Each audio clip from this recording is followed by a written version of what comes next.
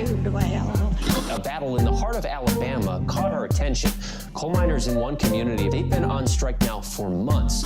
Working as long as 12 hours a day, 7 days a week, in some of the most dangerous conditions. I really think that the labor movement is the single greatest force for democracy in the history of the United States. The story of Alabama is a story of not just resilience, but of militancy. I say no contract, you say no code. No contract, no contract. If we ain't all free, ain't none of us free. You're listening to Alabama's only union talk radio show, The Valley Labor Report, with Adam Keller and Jacob Morrison. Hello, Tennessee Valley. This is the Valley Labor Report. My name is Jacob Morrison, here with my co-host and fellow agitator Adam Keller, and we are broadcasting live, online, and on the radio from the heart of the Tennessee Valley, the Spice Radio Studio in Huntsville, Alabama. Today, Alabama funny man Rivers Langley drops in to make us laugh and to talk about his Alabama tour.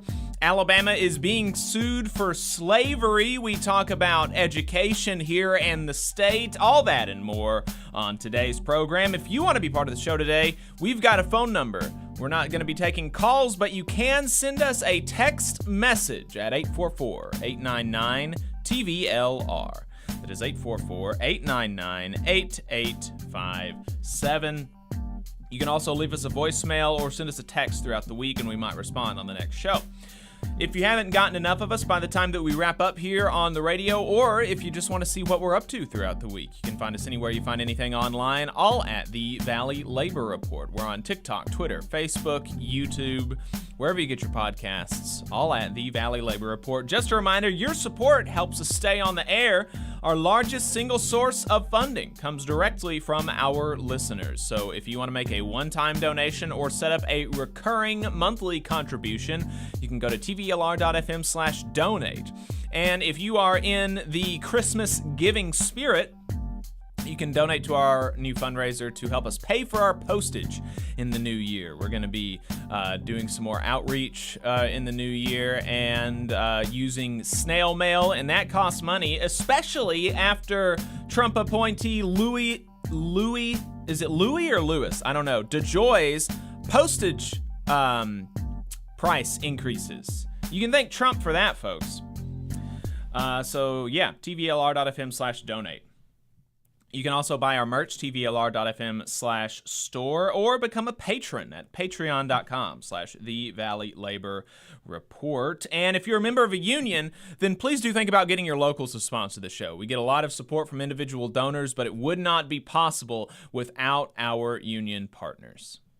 That's right, and let me add a disclaimer that any viewpoints or opinions expressed in this program belong solely to their author and do not necessarily represent any organization or sponsor.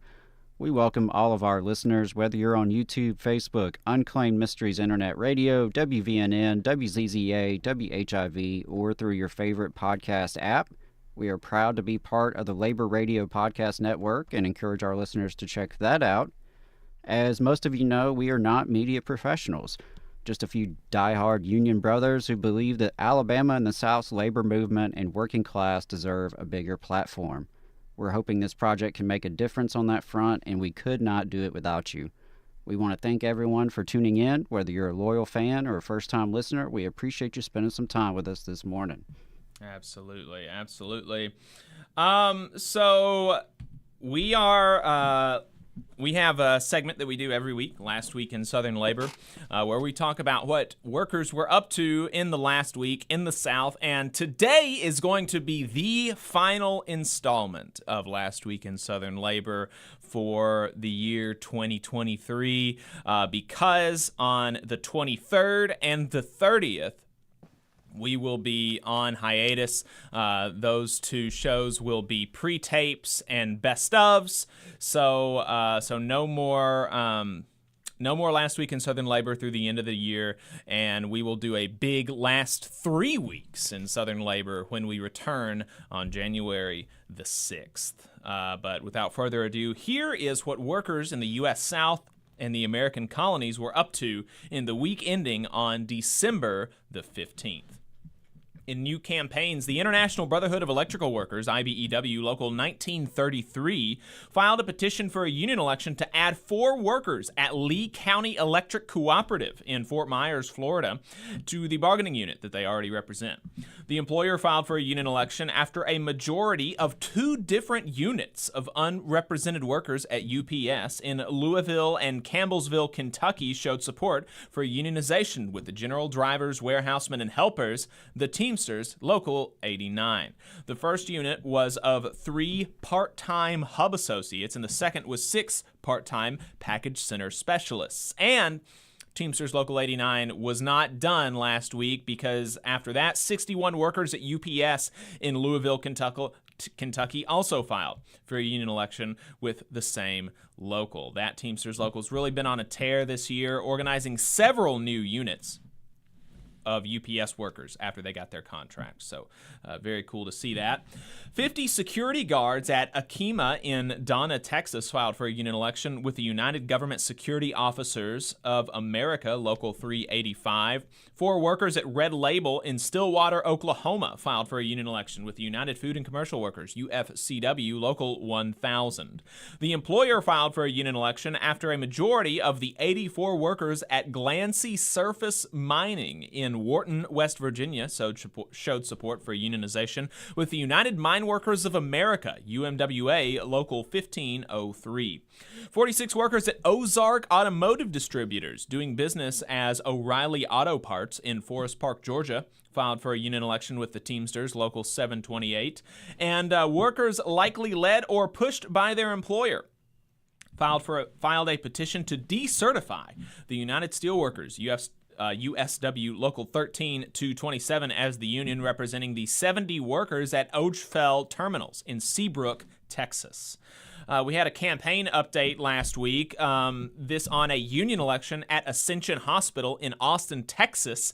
This unit of 200 nurses filed for a union election after over 70% of them requested voluntary recognition, but the hospital wouldn't grant it because they are, quote, temporary workers and thus not eligible for unionization, according to the hospital. They took this case so far as to have a hearing where the NLRB last week said, that's dumb, they're eligible, and they're having an election. That election is scheduled for January the 3rd. National Nurses United wanted to include them in the original unit that had an election there in 2022, but the hospital has had this argument about their ineligibility since then.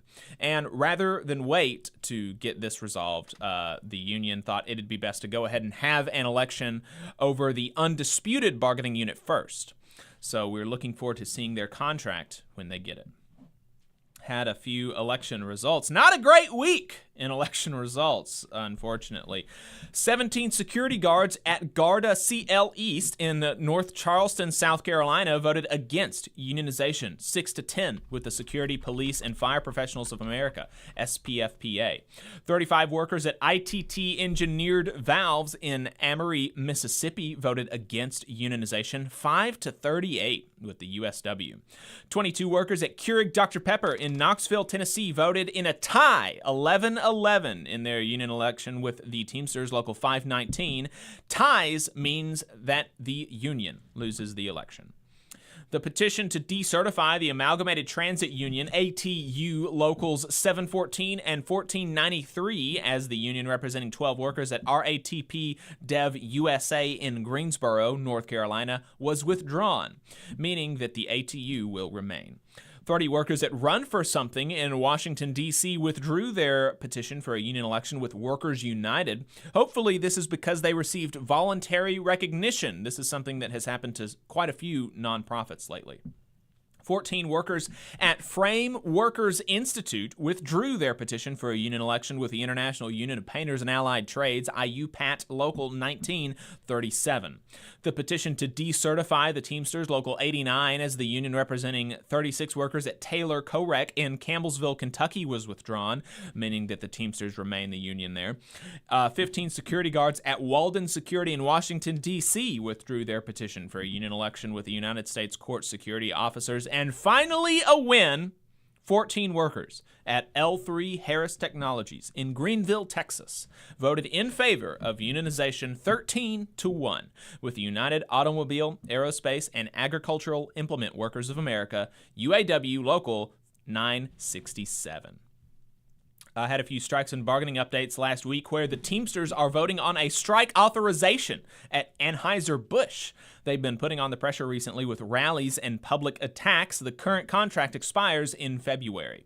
The Teamsters are taking their strike against DHL in northern Kentucky nationwide, with Teamsters setting up pickets at DHL facilities all over the country, including adding an additional southern picket in Miami. Dozens rallied for Maximus call center workers to receive better pay and benefits, including Congress folks and the international president of the Communication Workers of America, CWA, Cloud Cummings. These are the workers that operate the phone lines for Obamacare and Medicare, and yet many of them cannot even afford the services that they offer. A startling 83% of the workers who have dependent children report needing to utilize some form of public assistance. President Cummings was arrested, as were several Maximus workers.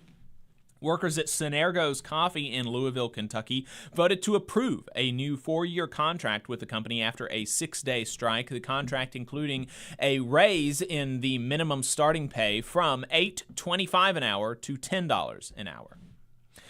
In internal union affairs, the Machinists District Lodge 19 is rerunning their election after a Department of Labor investigation found sufficient evidence to warrant a rerun. The new election is being held on May the 3rd, 2024. In policy, politics, and legislation, the national president of the American Federation of Government Employees, AFGE, called the proposed Social Security Fiscal Commission a wolf in sheep's clothing.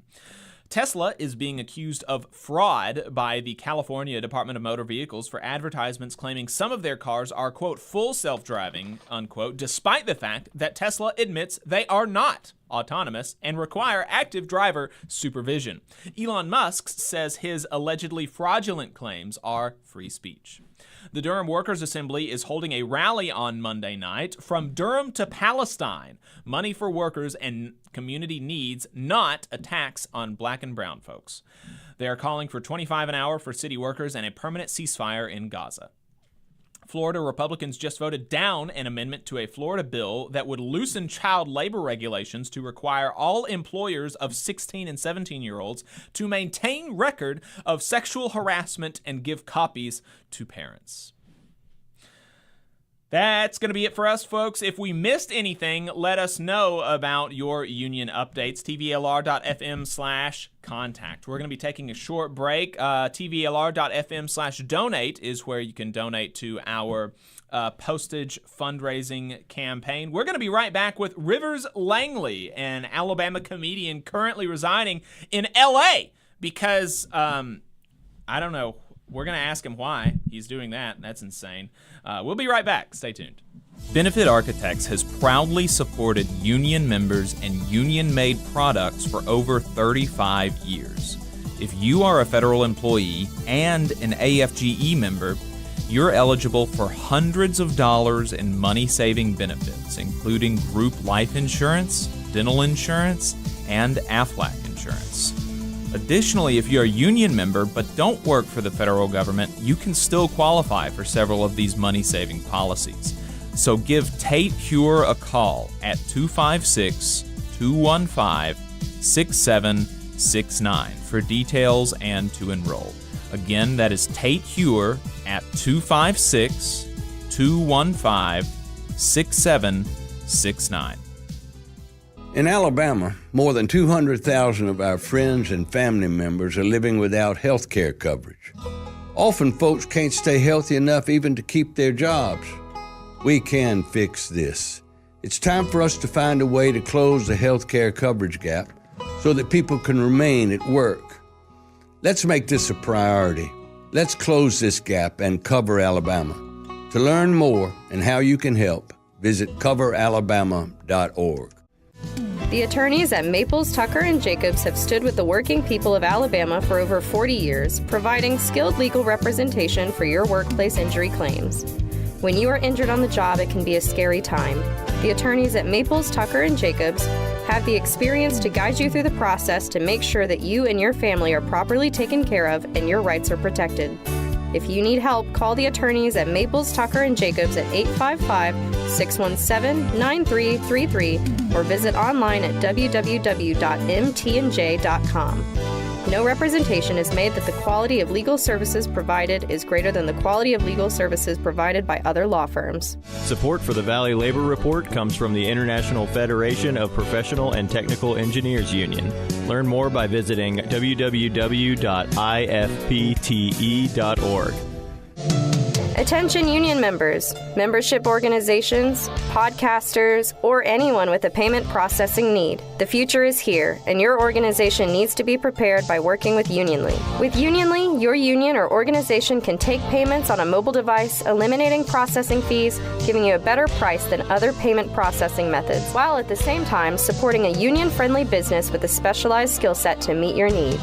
Your members will thank you when they pay their dues at their convenience without waiting in line to deposit cash or check. Start preparing for the future today by calling 206-595-8631 or visiting unionly.io. Are you looking for a better future, a career that can have you set for life, and to be a part of something that's bigger than yourself? If you are, then consider a skilled trades apprenticeship with the International Union of Painters and Allied Trades. The work of IUPAT is all around us, from the industrial painters who work on the bridges to drywall finishers, floor coverers, the glazers who install the glass in our skylines, and so much more. With an IUPAT apprenticeship, you earn while you learn and receive benefits while learning the trade, including a pension. We provide world-class education free of charge. That's right, no student debt. Our starting salaries for apprentices that graduate is above the national median salary with benefits for entire families. And you have the flexibility to take your trade wherever you'd like in the country to work. IUPAT District Council 77 covers our entire region, so give Adam Booth a call at 205-603-3142 for more information. Again, that phone number is 205-603-3142. Come build a better future with us today and join IUPAT. I'm attorney Tommy Sinyard. When you've been injured and need help, you need a lawyer who's with you. Sinyard Law. You need attorneys always available to take care of you. Sinyard Law. And keep you in the loop. It's your case. You need to know what's happening. Sinyard Law. And never a charge to meet with us to evaluate your case. Sinyard Law. A new firm, but an old name. One that will stay with you every step of the way. Sinyard Law, the name with proven results. Support for this program is provided by the International Association for Machinists and Aerospace Workers, Local Lodge 44 in Decatur, Alabama. Learn more at iamaw44.org. Come on, you poor workers, good news to you I'll tell. How the good old union has come in here to dwell. Labor creates all wealth. All wealth should go to labor, and you are listening to the Valley Labor Report. My name is Jacob Morrison. My co-host is Adam Keller, and we are broadcasting live online and on the radio from the Spice Radio studio in Huntsville, Alabama. The phone number is 844-899-TVLR. That is 844-899-8857. You can send us a text message if you would like to contribute to the show. We also have a Facebook and YouTube chat.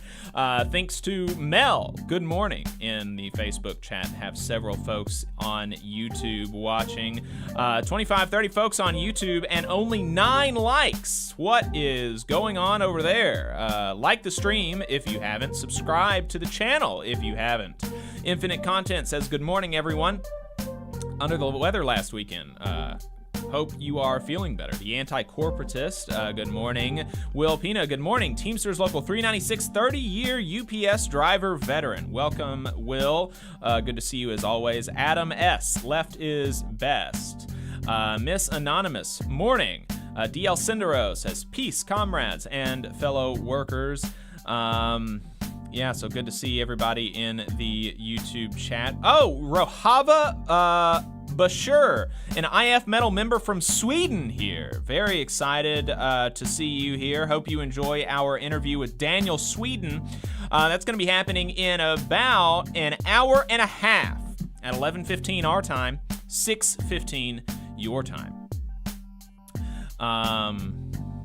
Yeah, so looking forward to that. It's going to be a good conversation. He's going to fill us in on what's going on over there with Tesla and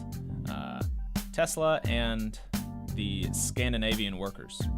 Yeah, definitely looking forward to that. Yeah, and his last name is Sweden.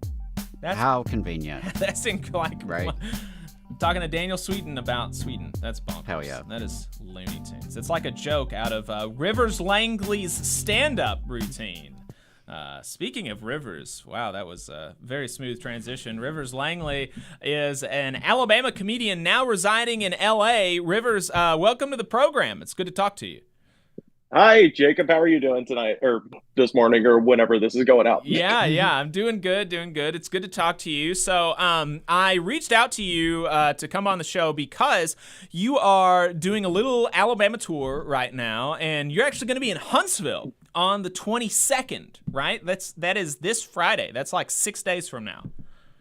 Yeah, so the show, for anybody who lives in Huntsville that might not know, Huntsville, Alabama legitimately has one of the best stand-up showcases in America, and you can talk to any comedian who's done it and they'll back me up on that. It's called Epic Comedy Hour, and it happens at Low Mill, which for people that aren't in Alabama, basically they kind of took over an old I think it's the textile mill, and turned it into, it's almost like Etsy come to life. You can buy like socks that have been knitted by somebody, and art, and it's just this very, very cool space. And this is actually just a hair over 10 years since the first time I did the show. I did Epic Comedy Hour in I think March of 2012, right before I moved to LA, and it's such a good show that it really instilled too much confidence in my abilities at that point. Like I'd only been doing stand-up for probably, just a hair over a year. And it went so good. I was like, yeah, I'm ready to go to LA. Yeah, let's do this. Yeah. And then of course, the rubber meets the road. You're like, oh, I'm bad. I got to start over. Okay. What time does it start? It's that good. The show starts at 8:00 and it's $10. So you're going to get the big, long show. For just $10. Scott Eason and Tim Kelly, the guys who run the show, are just the best dudes ever. So it changes depending on how many people are in town. I think this one, there's only 4 comedians on the lineup or whatever, and so it's probably not going to run more than 90 minutes. I think is usually where most comedians, for booking a show, if you don't have an intermission, you want to land the plane at about, you want to plan for 80 minutes but land the plane at 90, because that is the human capacity for stand-up comedy. People cannot take more than an hour and a half. So there you go. Well, that sounds good. So you said that this show is what gave you confidence to go to LA, and so what's going on there? Why would you want to leave God's country for the just wicked and sinful and godless heathen society over in LA? What's going on with that? I think at the end of the day, I'm an easily distracted person, and I love, I'm from Auburn. I was born and raised in the city of Auburn, went to Auburn High School, went to Auburn University. I have a lot of great friends here, but it was always a thing of like, I was very comfortable, and I wanted to go somewhere where I couldn't come back for the weekend for a football game. And, in hindsight, like a lot of comedians from Alabama either would move to like Atlanta, say, and Atlanta's comedy scene is unbelievable. So in the long run, it might've been just as smart a move to go to Atlanta, considering due to loose, labor laws, to get on topic. Georgia has kind of become the new Hollywood. So it might have been smarter to go to Atlanta, but I was just kind of thinking it's only an hour and a half, like 2 hours away. I'll probably just come back and, get distracted. So it really was about just, taking myself way, way out of my element. And luckily I got to Los Angeles, and literally within a couple of hours, I was like, never leaving. I love it. And I still feel that way. There you go. Well, that's good. That sounds like a good reason for to me. L.A. isn't that where Joe Rogan is? Are you going to go on the Joe Rogan show? No, Rogan left. He's in Austin now. He famously, that's right. He went to Austin, and he took all of the kind of sycophants wannabes with him. So it's actually, I really do salute Joe Rogan, because a lot of bad comedians left LA. Not enough, but some for sure. Nice. There you go. All right, They all went to Austin. So you've been in Alabama now for a little while, for a week or so. What have you been up to since you've been here in Alabama? You mean besides eating? Yeah. I try to eat, good. I try to be on my best behavior diet-wise before I come to Alabama specifically, so I can just be debauched. I went to in Leesburg, Alabama. There is a place that I had just seen on Instagram, and I was like, I have to figure out a way to get here, because Leesburg is kind of like not super near anywhere. But I was like, I gotta go, and there's a barbecue spot in Leesburg called Tim's Walk Hard Barbecue, and I saw on Instagram it was very much named after the movie Walk Hard, the Dewey Cox story. And the interview with the owner was hilarious, because it seems like he took that movie to be like inspirational rather than funny. He was like, yeah, that guy, he faced so many setbacks, and I was just thinking, this is what we have to name the place. So I did indeed go to Walk Hard Barbecue on my way to a show in Chattanooga a couple days ago, and it was awesome. So yeah, that was my one like gotta check it out thing. So now the rest is just fun. But no, I went to in Chattanooga. I didn't know this, but apparently Chattanooga is where they invented the tow truck, and so they have the International Towing and Recovery Museum and Hall of Fame. And the child in me was interested in the big trucks, but the comedian in me was very much interested in the Hall of Fame, the greatest tow truck drivers of all time. And it's this giant hallway, and they have all the pictures of all the tow truck drivers from the 60s all the way up through now. And it was just incredible. And it really was an international thing. Shout out to Sweden. You guys, you got one. There's a Swedish guy on the wall in the Tow Truck Drivers Hall of Fame. So that's kind of what does one do to get on the Hall of Fame? I should have asked, and I feel bad because I rolled up like 30 minutes before they closed, but I was like, I just want to run around. I just got to see it, And so I didn't really have time to grill the owner as much as I wanted to. So I'll have to go back and make some time to do that. But apparently, my friend Justin Ledbetter, who's a great comedian who runs a lot of shows up there in Chattanooga, is working on a comedy show at the Tow Truck Hall of Fame, and I'm like, I'll fly in for that. I'll make it a point. I will lose money on that. Yeah, because you're doing comedy around a bunch of tow trucks, and then I was kind of sad they didn't have any of the amazing portraits of the tow truck drivers on T-shirts, because that's kind of what I wanted. I wanted to get like a big shirt with one of the tow guys from the 70s. But at any rate, it was a great time. Yeah, that seems like that would be like part of the culture. That seems like an obvious thing. I don't know why they didn't do that. Yeah, missed opportunity for sure. But yeah, tow truck drivers sound like a great job in terms of having funny stories that they would encounter day to day. I just imagine they encounter some pretty wild stuff.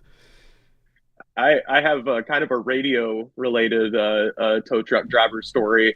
My car broke down. I think it was like my senior year in college, and I had a good friend who I worked with at a pizza place who also did sports talk radio in the afternoon. His name was Will Moon, still a buddy of mine. And I get in the cab with the tow truck driver, and we're driving, and we're just sitting there in silence, and it's kind of awkward. We're just sort of whatever, didn't say anything. And he turns on the radio, and Will is on, and I was just like, oh, I know him. That's my buddy, Will Moon. And this tow truck driver, just not even looking at me, is just like, yep, that's him. Will Moon. And then nothing else got said. So I had to go up to Will and be like, listen, if a guy with a copy of Catcher in the Rye comes up to you, run. Yeah, it did not sound like a fan. Or maybe too much of a fan. Yeah, he did not like his takes on the Auburn Tigers basketball team circa 2008. That sounds like pretty controversial. Absolutely. Yeah. I don't think anyone else has an opinion. With somebody than Auburn football. Yeah, that's right. Less controversial. Yep. So what's the kind of stuff that you watch on TV? Do you like watch the news, or do you just watch like comedies, or what kind of stuff do you watch? So I'm such a bad friend because I at this point have probably half a dozen friends, like people I know, who have television shows on the air, and I've not watched them. But I don't know. Yeah, I watch as far as just things I stay current with. It's basically down to I'll watch anything Danny McBride is doing. Anything that guy wants to serve me, I will gladly take. And then professional wrestling, and that's kind of it as far as like day to day like TV. But then if there's any sort of crime documentary that pops up, murder, scams, cults, all that stuff, I'm first click the second I get onto Netflix or Hulu or whatever it is. Yeah, when you combine the cults with the murders and like the conspiracies, that's when you're really cooking with grease. Like, you got something there. Have you seen the Love Is One one on HBO Max? No, I've passed through it and it's caught my eye, but I haven't checked it out yet. Without spoiling anything, this woman turns herself blue. She takes so much colloidal silver that she literally is blue. It's insane. You should absolutely watch that one. Okay. Yeah, that sounds like a journey. Yeah. Oh, it's wild. So you told me that in Hollywood, you are a tour guide. And that I'm sure is always very, nothing very, interesting happens there. It's just all totally normal people, and everything's above board and all that, right? Yeah, so I got into it just because I had a friend who worked at a tour guide place. My first job in LA, and fingers crossed, my last food service job. I worked at a grilled cheese sandwich store, and my buddy Kevin worked at this tour company next door, and would come by and get he'd come by and get a sandwich, and we'd chat. And finally, I was like, "What do you do exactly?" He's like, "Oh, I drive rich people around Hollywood and lie to them about where famous people live." And I was like, "Oh, well, if they're ever hiring, I desperately need to get out of this awful grilled cheese sandwich job." And so I've been doing it since 2014, and absolutely still love it.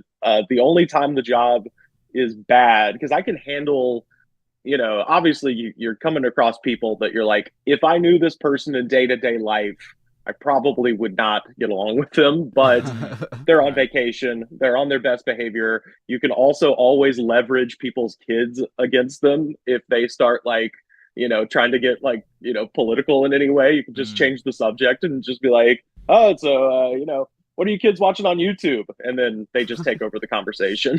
So, well, and really quickly on the tour guides and tours and politics, there's like there's a few tours in Huntsville, and there's one ghost tour that they do every year around October.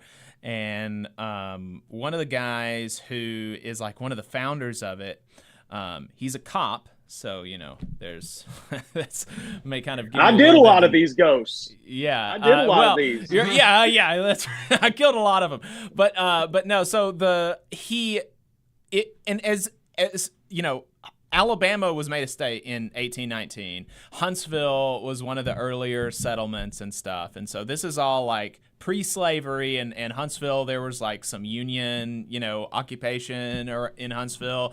And so some of these huge, big, fancy houses, rich person houses, right, they were owned by, Confederates during the war. And some of them had it, had this confiscated. And he was telling these stories about the attempted confiscations or failed confiscations of property from the viewpoint of the wicked white slaveholders, right? like as if they were the protagonists in this story. And one in particular, I remember him talking about how, this guy came out of his house and, the Union soldiers were like, yeah, we gotta, you have to sign a loyalty oath to the country. And he said, I'm not going to do it. This is my property and y'all get out of here. Because he stopped quoting this guy and then he's back in his voice because he had earned it, right? He was a doctor. He had helped a lot of people. He earned this property and this was his, and he had just finished telling us about how this little house over here was the servants' quarters. And I don't know why I didn't, the servants, right? And so I laughed. Right. I laughed when he said that. He earned it. And he looked at me and he said, well, he did, didn't he? And I didn't. I was with some of my wife's friends, and so I was kind of like you. I was like, I'm not going to get engaged with this stupid, segregationist Confederate guy. But yeah, it's crazy. So, anyway, that's people are insane, and the things that they'll just say in public is wow. Yeah, obviously I'm trying to get a nice tip at the end of the day. So with Americans, I am so good at changing the subject. Anytime someone's just like, trying to bait me into something, I'm just like, oh, well, if you look over to your left, that hotel actually opened in 1928 and was a favorite of Greta Garbo or whatever. I can just say something. But that's if it's Americans. Anytime I get, because we have a lot of Australians come to LA, because if you're refueling a plane from Australia, if you're going anywhere in America, you either stop in San Fran or Los Angeles. And so a lot of times, just to kind of get over the layover and get accustomed to, the time change, Australians will just stay in LA for a couple days and then go wherever they're going just to get acclimated. And so they want to see the whole shebang in one day, and that's when they would call me. So anytime I get somebody who's not from America, if they've got questions, I'm like, buddy, I will absolutely tell you, whatever it is. So they'll just, they're walking around, they're like, does everyone have a gun? And I'll just get right into it. I'm like, yeah, well, a lot of people, that was the only thing their dad did with them. So it's actually more like a representation of their father than a weapon, So, oh yeah, no. Well, and obviously, the big thing in LA, I don't even say it's not even like the big thing in LA. It's just a fact of life of living there is seeing homeless encampments, and so that obviously comes up a lot. And if it's Americans, I'm like, yeah, I don't know, that's crazy. Give me $200, But if it's Australians, I'm just like, yeah, it's a bad country, and it's a scam to make rich people money from the beginning. So.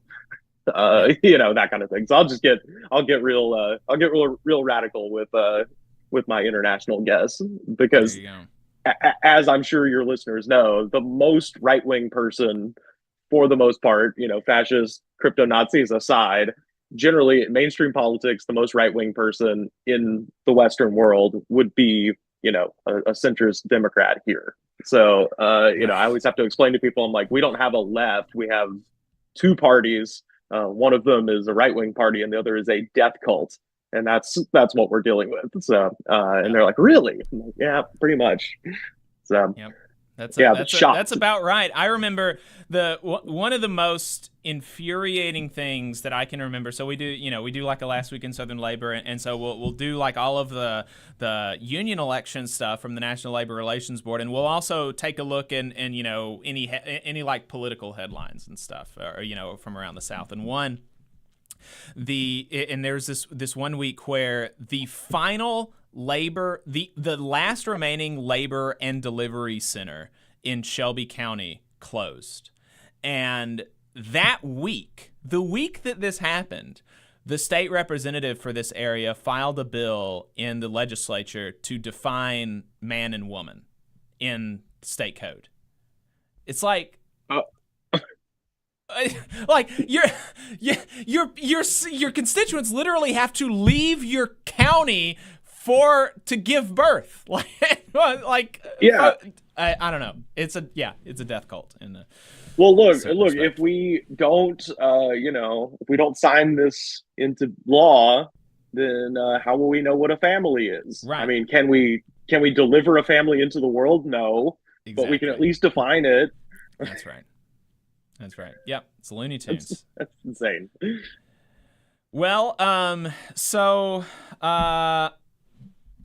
Rivers, have you got any? I don't think that we're gonna have time to watch this TikTok about Yzma Yzma from The Emperor's New Groove.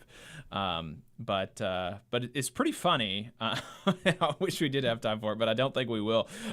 Were you able? You said that you'd try to watch The Emperor's New Groove and then the TikTok. Were you able to do that? And do you have any thoughts about it? If so, I honestly started watching it and then fell asleep last night because I drove to Birmingham, did a podcast, drove back to Birmingham, did a show, and I was like, I'm gonna try this because this is for Jacob, and then I fell asleep. But I think once I started watching it, I was like, I swear, I think I do in the back of my mind remember, a media cart being rolled into a classroom. I think I have seen it weirdly.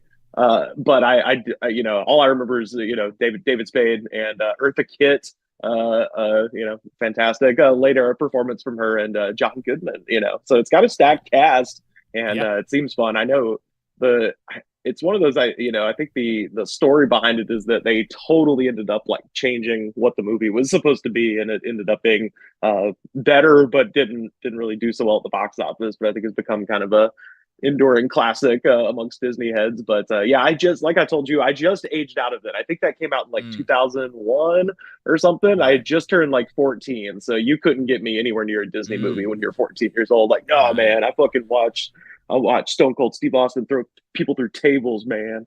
Right, exactly. Yeah, so wow, you were 14 in 2001. Yeah. Wow, geez, that's old. Yeah, that's me.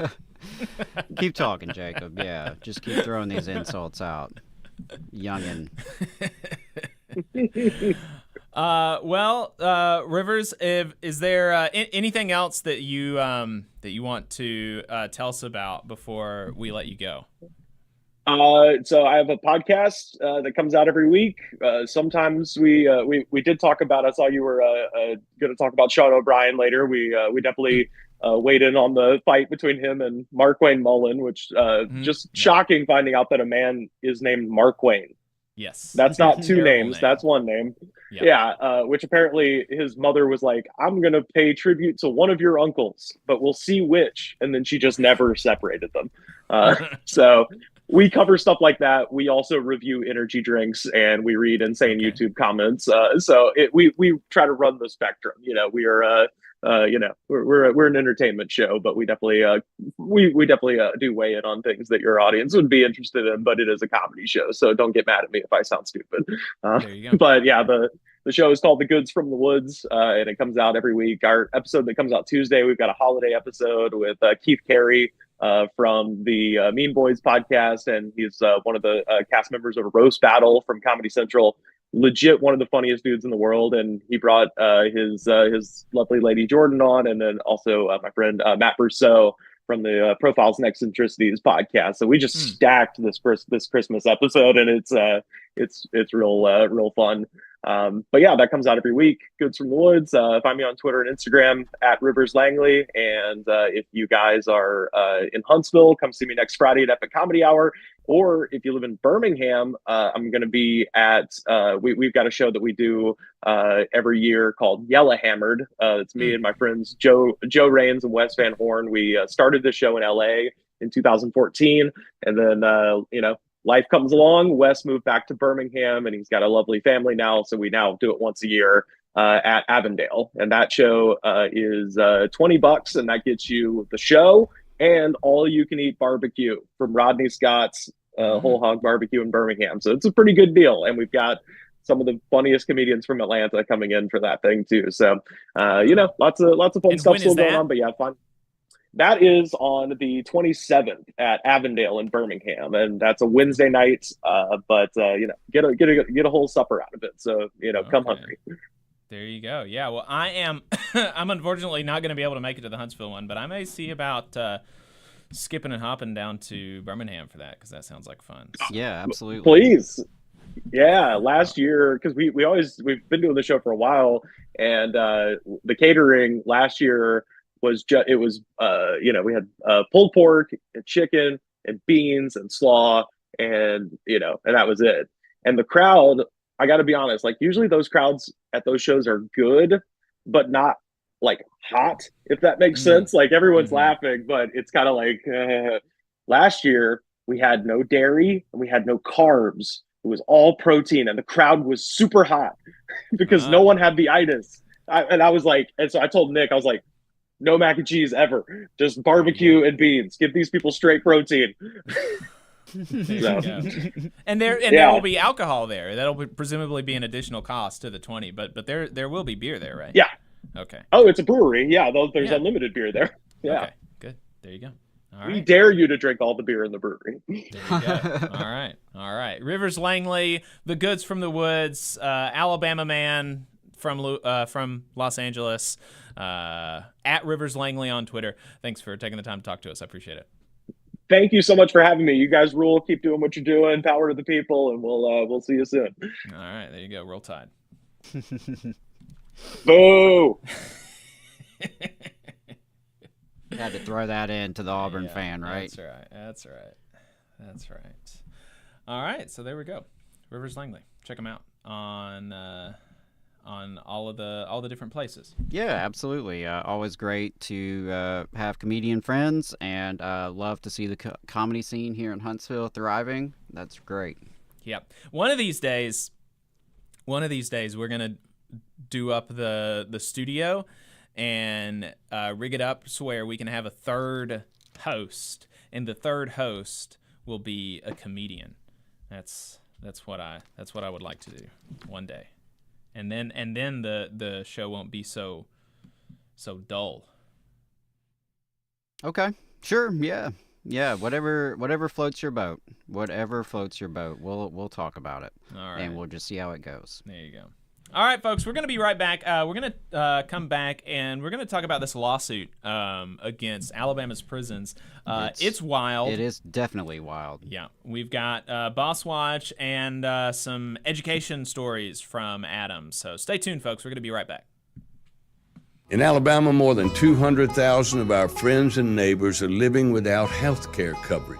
Often folks can't stay healthy enough to keep their jobs. We need to fix this. Let's close the health care coverage gap. To learn more, visit coveralabama.org. Support for this program also comes from the Iron Workers, Local 477. So if you are looking for contractors with lower than average EMR and TRIR, they tell me that if you need to know what those mean, then you will. Or if you need to supplement a workforce at any level for any amount of time, short or long term, if you need iron workers that come trained and certified at no extra cost, or if you need workers from superintendent down to general laborer, and you're looking to start work on a project, or you're unhappy with your current contractor situation, you need to call my friend Jeb Miles with the Iron Workers Local 477. They only work with the best in the business, vetted contractors, and can do all kinds of jobs, from roofing to steel and bridge erection, from welding to heavy rigging, from structural repairs to machinery alignment, and much more. They supply manpower on 4 of the 5 largest projects in North Alabama, so you know they're legit. If you need good quality, safe, efficient, diligent, and knowledgeable workers on your job, then you need the Iron Workers Local 477. Call Jeb Miles at 256-383-3334 or via email at local477@bellsouth.net, and make sure you tell them that you heard about them on the Valley Labor Report. We're the nurses, firefighters, and claims representatives that help keep our government services running. We respond to natural disasters. We care for our nation's veterans, and we investigate discrimination in the workplace. We are federal and D.C. government workers, and we are proud to serve the American people. Working in more than 70 agencies across the government, we know we can fulfill our mission because our union has our back. Learn more at afge.org. Paid for by the American Federation of Government Employees, AFL-CIO. The Laborers International Union of North America, Local 366, is proudly recruiting North Alabama workers to work construction and nuclear plant maintenance. If you're interested, please contact Donna at their training center to start the process. That phone number is 256-415-7452. Again, that phone number is 256-415-7452. No experience is needed. Free training is offered, but you must be able to pass a background check and a drug test. Local hiring that grows our community with good-paying jobs that have benefits is their mission. Live better, work union, Local 366, feel the power. Support for this program also comes from the Mid-South Council of Retail, Wholesale, and Department Store Union. Learn more at rwdsu.info. I'm Attorney Tommy Sinyard. When you've been injured and need help, you need a lawyer who's with you. Sinyard Law. You need attorneys always available to take care of you. Sinyard Law. And keep you in the loop. It's your case. You need to know what's happening. Sinyard Law. And never a charge to meet with us to evaluate your case. Sinyard Law. A new firm, but an old name.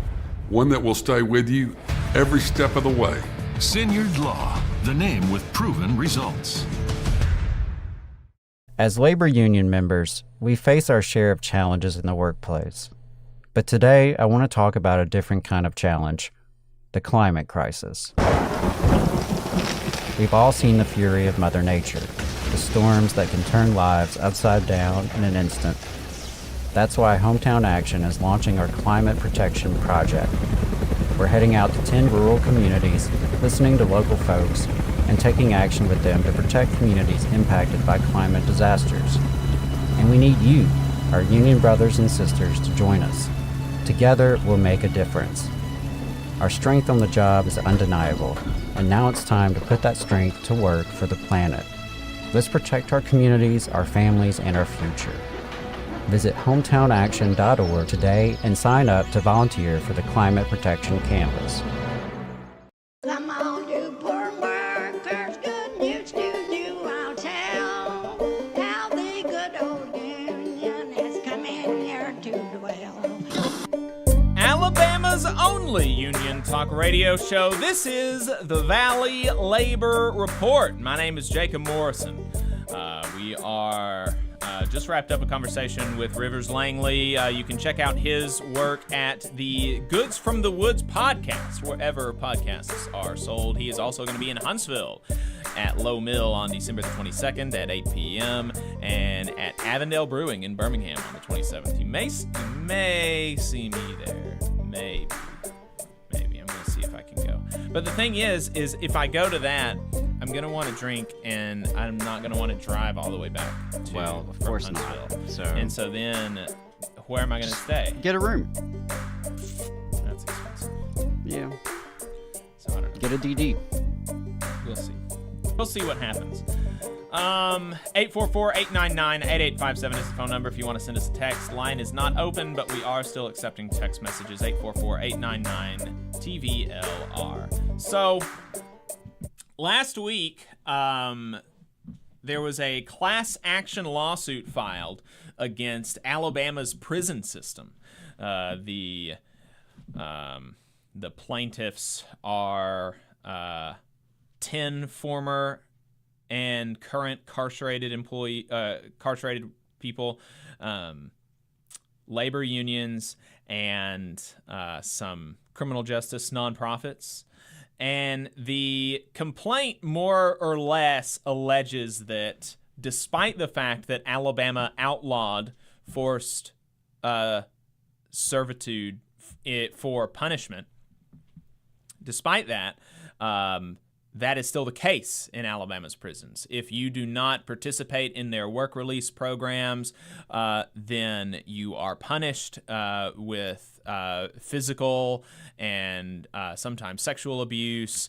You're put in solitary confinement. And then even when you do work, you are abused at work because your employment is obviously more precarious and your freedom is obviously more precarious than what the lawsuit calls quote-unquote free civilian employees. You also make very little money. You make less than the quote-unquote free civilian employees. And then on top of making less than that, a lot of these people they're only being paid by the company $7.25 an hour. On top of that, the prisons take 40% of that, plus transportation and some other things. And so workers make as little as $2 an hour, and they are, and not only are they punished when they are just like, I just don't want to work, like just generally, but when they get sick, there are reports of being of them having been punished for not working when they were sick, right? And like, no, I don't know about you, but I'm not. Work release programs in prisons. There's a place for them, I think, particularly in rehabilitation of an inmate and stuff like that. But sure, if it's done the right way. If it's done the right way, and the right way has to be, they cannot be paid less than the civilian employees. And frankly, I think the company should probably pay more. They should have to pay more than they pay civilian employees because of the, I don't know, it just seems the ability for exploitation there as an employer is so much higher. And so, when you're doing this, taking prisoners from a work release program, it really should be, you're kind of trying to fill gaps, right? And so there should be kind of a premium on that. It seems to me I could it's not a position that I hold very strongly, but that seems kind of like it would make sense. But that's not the way that it's being done here. And so, no, this is modern day convict leasing. According to the class action complaint, and this is coming from the Washington Post, some 575 employers have leased incarcerated labor through this system since 2018, which plaintiffs say is enough to generate more than $450 million annually for the state. The private companies named as defendants include food and beverage distributors, manufacturers, fast food franchisees, and a laundry cleaning service. Prisoners working at fast food restaurants work run-of-the-mill jobs, such as fry cooks or others, while those in manufacturing sometimes carry out skilled duties, such as metal fabrication, welding, and precision die casting. And not only and this was kind of the even crazier part to me, not only are private employers taking advantage of this, but so are municipalities and government agencies. The city of Montgomery, named as a defendant, procured at least 343 incarcerated laborers to work in various capacities over just the first 8 months of 2023. The city of Montgomery, remember, is led by Mayor Stephen Reed, who was just yesterday talking about how it is, quote, disappointing that we can't fix most major problems in Alabama, especially around criminal justice reform, without going to federal court. And it's like the gall to publicly pontificate about the abuses of our criminal justice system while taking part in it is just insane. It's wild to me. I don't understand how you would get away with that. So the complaint says, quote, this case seeks to abolish a modern-day form of slavery. They have been entrapped in a system of, quote, convict leasing, in which incarcerated people are forced to work, often for little or no money, for the benefit of the numerous government entities and private businesses that, quote, employ them. They live in a constant danger of being murdered, stabbed, or raped that is so profound that the federal government has sued Alabama for inflicting cruel and unusual punishment, and if they refuse to work, the state punishes them even more. They are trapped in a labor trafficking scheme. One of the stories in the lawsuit comes from LaKyria Walker, who was incarcerated from 2007 to 2023, and her parole hearing was scheduled from 2020 to 2023. And Alabama Attorney General Steve Marshall opposed her application even though her victims And she was incarcerated for, like, battery or something, right? Not murder or rape or anything like that. Her victims supported her release, but Alabama Attorney General Steve Marshall opposed her application. Walker had to perform long hours of work inside the prison. That included stripping floors and caring for sick and disabled inmates. She also did road work for Jefferson County, where she endured sexual harassment and worked at Southeastern Meats. She often spent time inside the freezers with inadequate clothing. On one occasion, Miss Walker was so ill that she had to be carried to the healthcare unit and could not work.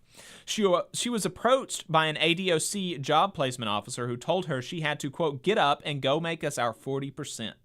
There is no reasonable argument that Miss Walker posed a threat to public safety for more than a decade before she was released, giving her history of performing work both inside and outside prison walls without incident.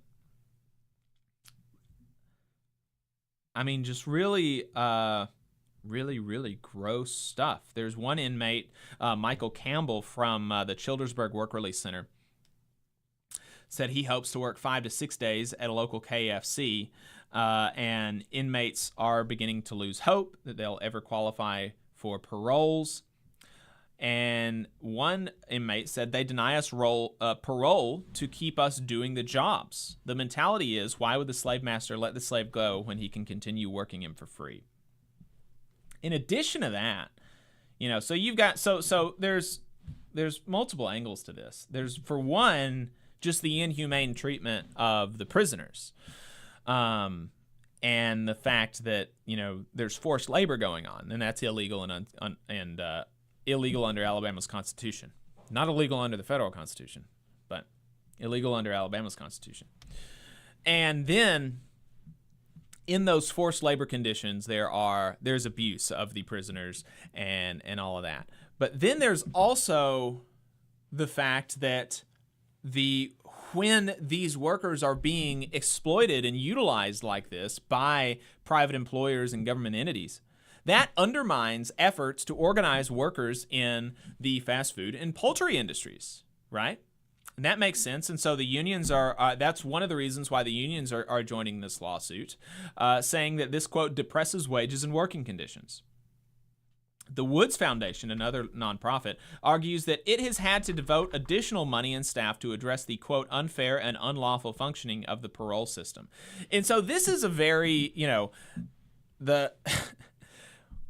this is, a very similar argument to the one about undocumented immigration that people on the right will make.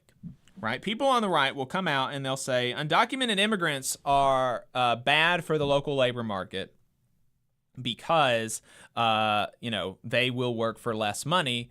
And then their conclusion is not to, strengthen unions and strengthen government protections and raise the floor so that even if they're willing to work for less money, that they're not able to work for less money, and everybody has, set this floor for employers, or and their answer to that is not to grant undocumented immigrants, legal status so that they can organize without fear of retribution or deportation or anything like that, which are all answers to the question of, undocumented immigrants' ill effects on the local labor market, which is even, that's even granting the degree to which the argument is true. There are, conflicting data on that, but I think intuitively, at least, it makes sense. But those are answers to it. But the answer that the right will say is, no, get them out of here. But that is totally, it's just a fig leaf for, xenophobic bigotry, because the right is supporting this convict leasing system.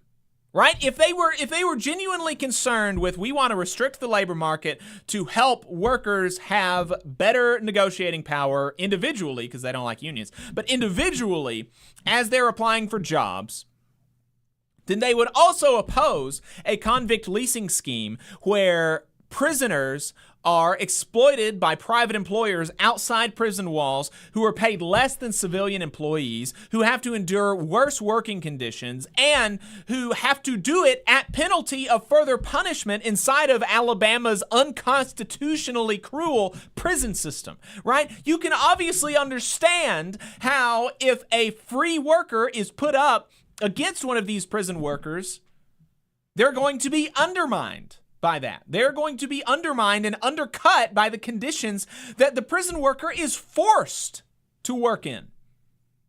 Right? And that is the system that conservative Republicans, and frankly, probably a lot of the Democrats, support.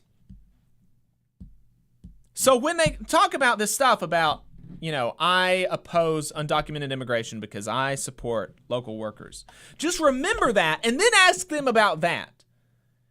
And then when they say, no, I support the system that allows private employers to exploit prisoners, know that it's not, I just think that the best way to help local workers is to deport all of these other workers. It's not like it's not just a simple single-minded focus on helping local workers. It's just bigotry, frankly, right? And that's one of the ways that you know that. So here's some examples from the lawsuit. A prisoner working for a private laundry service might be paid $7.25 an hour, but after factoring in the 40% paid to the state prison system, state and federal payroll taxes, and laundry and transportation costs, the prisoner collects just $2.06 an hour. Really, really gross stuff. When working for, and then it gets even worse when working for state and local entities, because there incarcerated people are typically paid $2, not an hour, a day.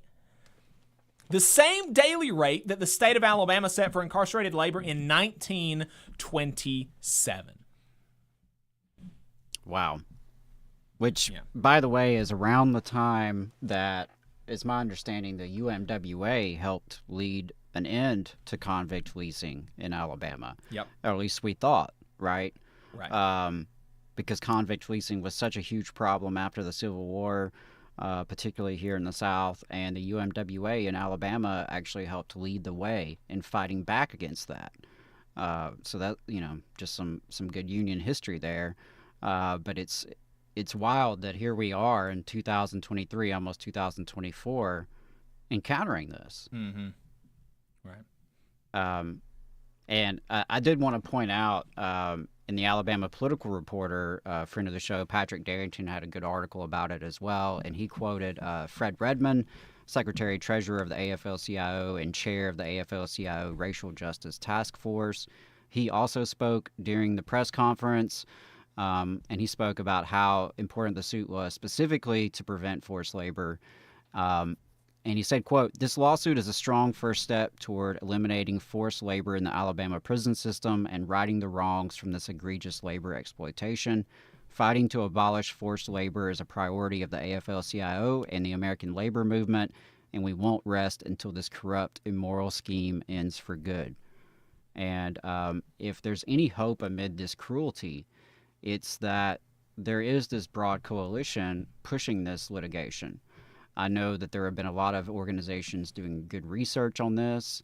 I know that, to see different unions such as the RWDSU, to see the AFL-CIO, to see these others involved, I believe SEIU Union of Southern Service Workers. Union of Southern Service Workers, to see these unions joining with criminal justice nonprofits and joining with lawyers to try to push this forward, to try to get justice. I think that is promising, and it's something that our labor movement has to deal with. We have to address this, right? I mean, the modern day convict leasing, it's so unacceptable. And then you factor in the fact that Alabama has one of the highest incarceration rates in the country, which has the highest incarceration rate on the planet.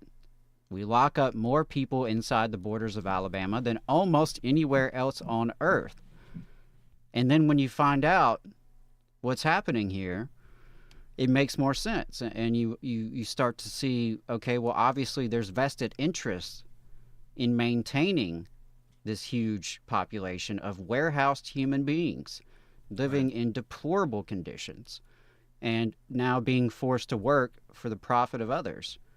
And I know like fast food chains have gotten a lot of the publicity and some of the coverage, but it's not just them, right? A beverage distributor, local governments, like you said, auto parts supply chain, to include Hyundai's auto parts supply chain. All right, the same supply chain that was caught using children, migrant children. The same Hyundai that was sued for racism not too long ago. Same Hyundai that is right now committing ULPs, unfair labor practices, in their Montgomery area plant against the UAW in their organizing drive. Right, so, you know, that's also one of my takeaways is, holy crap, Hyundai is just really trying to be the most nefarious corporation in Alabama. And there's a lot of tough competition for that. Right. Tough competition to be the most nefarious company in the state of Alabama. But Hyundai, they're really trying to get the dishonor. Yeah. And they are, Huntsville's Democratic Representative Anthony Daniels is carrying water for them as he has bill signings at Hyundai for his bills that have passed. Insane. So with that, let's hit Boss Watch. Boss Watch is a segment that we do. It's kind of the mirror image of Last Week in Southern Labor, where we talk about what bosses were up to, violating workers' rights, breaking the law, killing people, all that kind of stuff in the South and the colonies. And we had 3 recent stories, 1 update, and then 2 other recent stories. And then next week we are going to I'm going to pre-tape the final episode or the final installment of Boss Watch for this year, and it'll be kind of a year in review. What are some of the lowlights for particularly the state of Alabama? I don't know if we'll include any of the other stories from the South or not, but particularly looking at Alabama because there's plenty there. So that's what we're going to do for the final episode, this final installment of Boss Watch next week. But this week, over in the state of Georgia, the U.S. Chemical Safety and Hazard Investigation Board completed their investigation into the 2021 deaths of 6 Gainesville poultry plant workers by liquid nitrogen, saying the deaths were, quote, completely preventable. Friend of the show, Luis Feliz Leon, wrote about this when it happened for the American Prospect. We also had him on the show to talk about it. If you Google or you search on YouTube for the Valley Labor Report, Luis Leon, Gainesville, you should be able to find it. According to a summary of the report by the Atlanta Journal-Constitution, the CSB's findings released earlier this week confirmed that a bent tube and an immersion freezer was the cause of the chemical leak. The compromised tube, likely bent during maintenance, foiled the machine's control system. This allowed the freezer to fill with an unsafe level of liquid nitrogen, which overflowed and quickly vaporized into a 4 to 5 foot high deadly cloud. The six victims died by asphyxiation. 3 other employees and a first responder were also seriously injured. The severity of the incident was exacerbated by a Foundation Food Group's inadequate preparedness and safety training, which, according to the CSB, report resulted in at least 14 employees entering the freezer room or the surrounding area to investigate what had happened or attempt to rescue their colleagues. Investigators also cited the company's failure to install air monitoring and alarm devices, which could have warned workers about the dangerous vapor cloud and prevented them from entering the freezer room. The position responsible for safety management, additionally, had been vacant for a year, and the workers had no PPE. Debbie Berkowitz, a former chair of the Occupational Safety and Health Administration and a current fellow at Georgetown University's Kalmanowitz Initiative for Labor and the Working Poor, told the Atlanta Journal-Constitution, "These are stunning failures and really just another example of how the poultry industry treats the most vulnerable workers in the state of Georgia as expendable. The company didn't even label the equipment filled with liquid nitrogen that this was hazardous, even though one of the oldest standards by OSHA has required this since the early 1980s. She went on to say, "These are stunning failures and really just another example of how the poultry industry treats the most vulnerable workers in the state of Georgia." Unlike OSHA, the CSB does not impose fines or penalties. Instead, it specifically investigates workplace chemical accidents and issues recommendations on how to prevent them. So very, very Gross stuff from the poultry industry. Over in Tennessee, 86-year-old Verna Mae Jackson was killed on the job at a FedEx World Hub in Memphis last week. 86 years old, working at FedEx.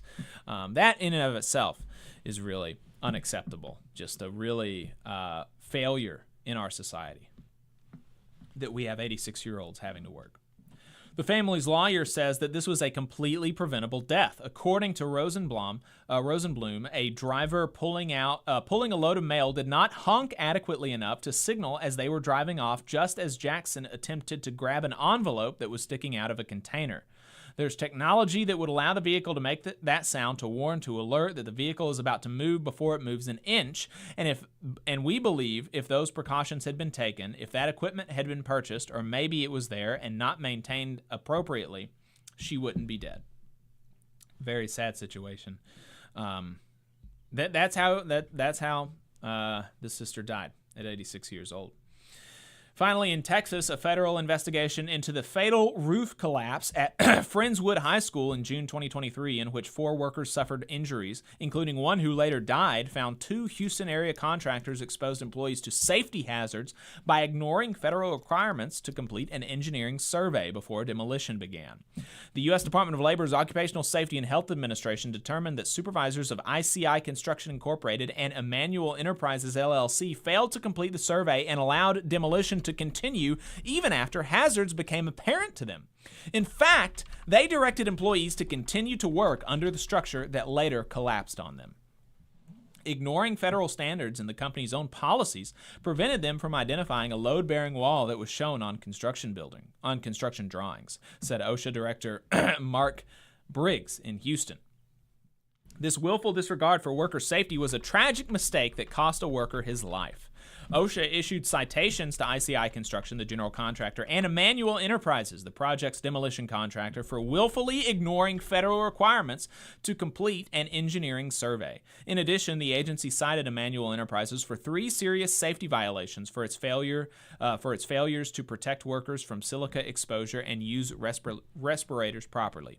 OSHA assessed a total of $315,000 in proposed penalties, including $175,000 for Emmanuel Enterprises and $140,000 for ICI Construction Incorporated, both set by federal statute.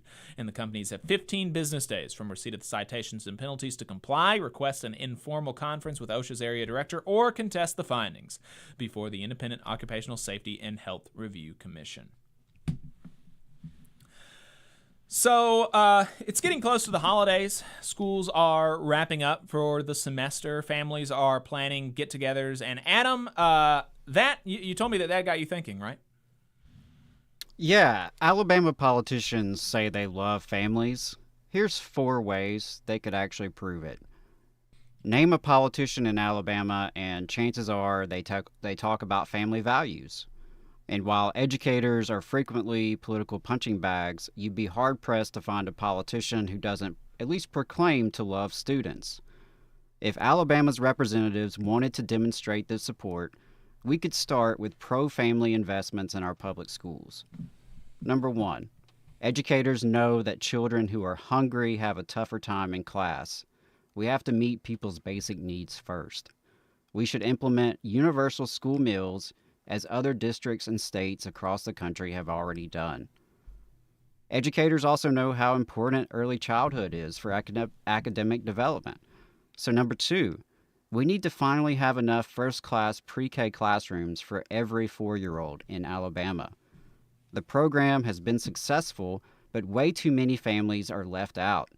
Only 45% in Alabama had access to the program during the 2022-23 school year, due to the level of state funding for the program, according to the Alabama School Readiness Alliance.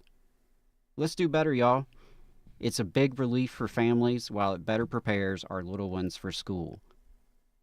Number 3, we need more child care support, and we can start in our public schools by providing high-quality child care to all education employees. Child care is difficult and expensive for any worker to obtain. As our public schools struggle to recruit and retain educators, this would be a vital benefit for a workforce disproportionately staffed by mothers.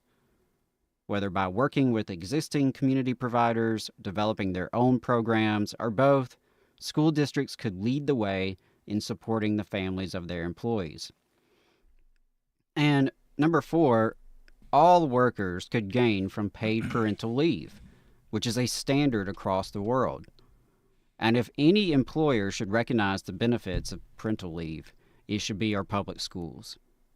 How is it that it is almost 2024 in the richest country in the history of the world, and our school teachers don't even have paid maternity leave in Alabama? Bonding with a new child is critical to child development. And after all, aren't we all for the children here in Alabama? Our public schools are critical to the success of every community in the state. Teachers' working conditions or our students' learning conditions. Let's help both. By uplifting students, educators, and families, Alabama could turn rhetorical support into material support. And now, besides those, investments in public schools, there's also been report cards about schools released in the last few weeks, and I'm actually interested in, some of your thoughts around that. And I was actually shocked by some of the results that I saw on the report cards. I don't know how much you've dug into them, but yeah, what are some of your thoughts around these new report cards? Yeah, so that's a big news item for schools right now. They came out across the state, and what I think about it is that poverty is such a huge determination of scholastic achievements. Schools are a reflection of the communities around them. Folks who are safe, stable, and comfortable tend to do better with school. And communities that can invest more in their schools get better results. As it takes money to provide lower class sizes, and it takes money to provide more extracurriculars, for example. So I feel like the state report card has some information worth looking at, but that it mostly distracts from the real conversation we need to have about expecting schools to fix all social ills while not providing nearly enough resources to do so. We expect our schools to solve every problem, but don't equip our schools to even begin addressing some of these problems. And, I want to be clear that there are schools out there doing some great work despite socioeconomic obstacles. And that's worth highlighting. It's worth learning from, of course. But you can't rank at or near the bottom of every quality of life metric as a state and not expect that to impact our schools.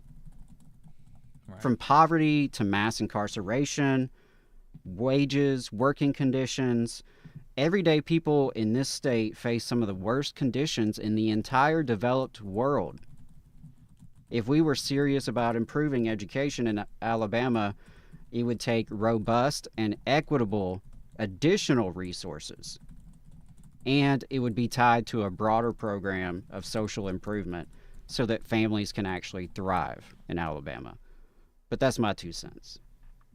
Yeah. Yeah, that,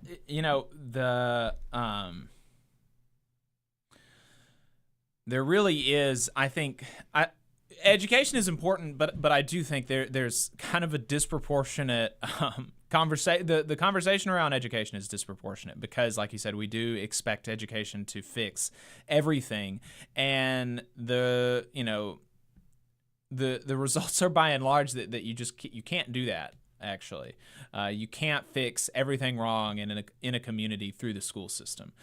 You have to start with other things, and then in large part, the success of the school system is a symptom of the success of the community, not so much the other way around. Right. I mean, it's not a surprise that the wealthiest communities in Alabama, such as Mountain Brook and Vestavia, they scored really, really well on the state report card. It's also not a surprise that the schools that are struggling on the state report card are full of poor kids, right? I mean, and so we expect schools to fix poverty, and even well-meaning, liberal politicians often traffic in this rhetoric just as much as others, and sometimes even educators buy into some of this rhetoric. But the schools cannot fix everything, and they certainly aren't equipped to. Now, schools can make a big impact, but that requires investment, an equitable investment, and recognizing that, schools in Mountain Brook and Vestavia, they're going to have an easier time educating their children. Right. Those children are going to be okay, but some children in other areas, they need extra help. You need smaller class sizes. You need social workers. You need after-school care.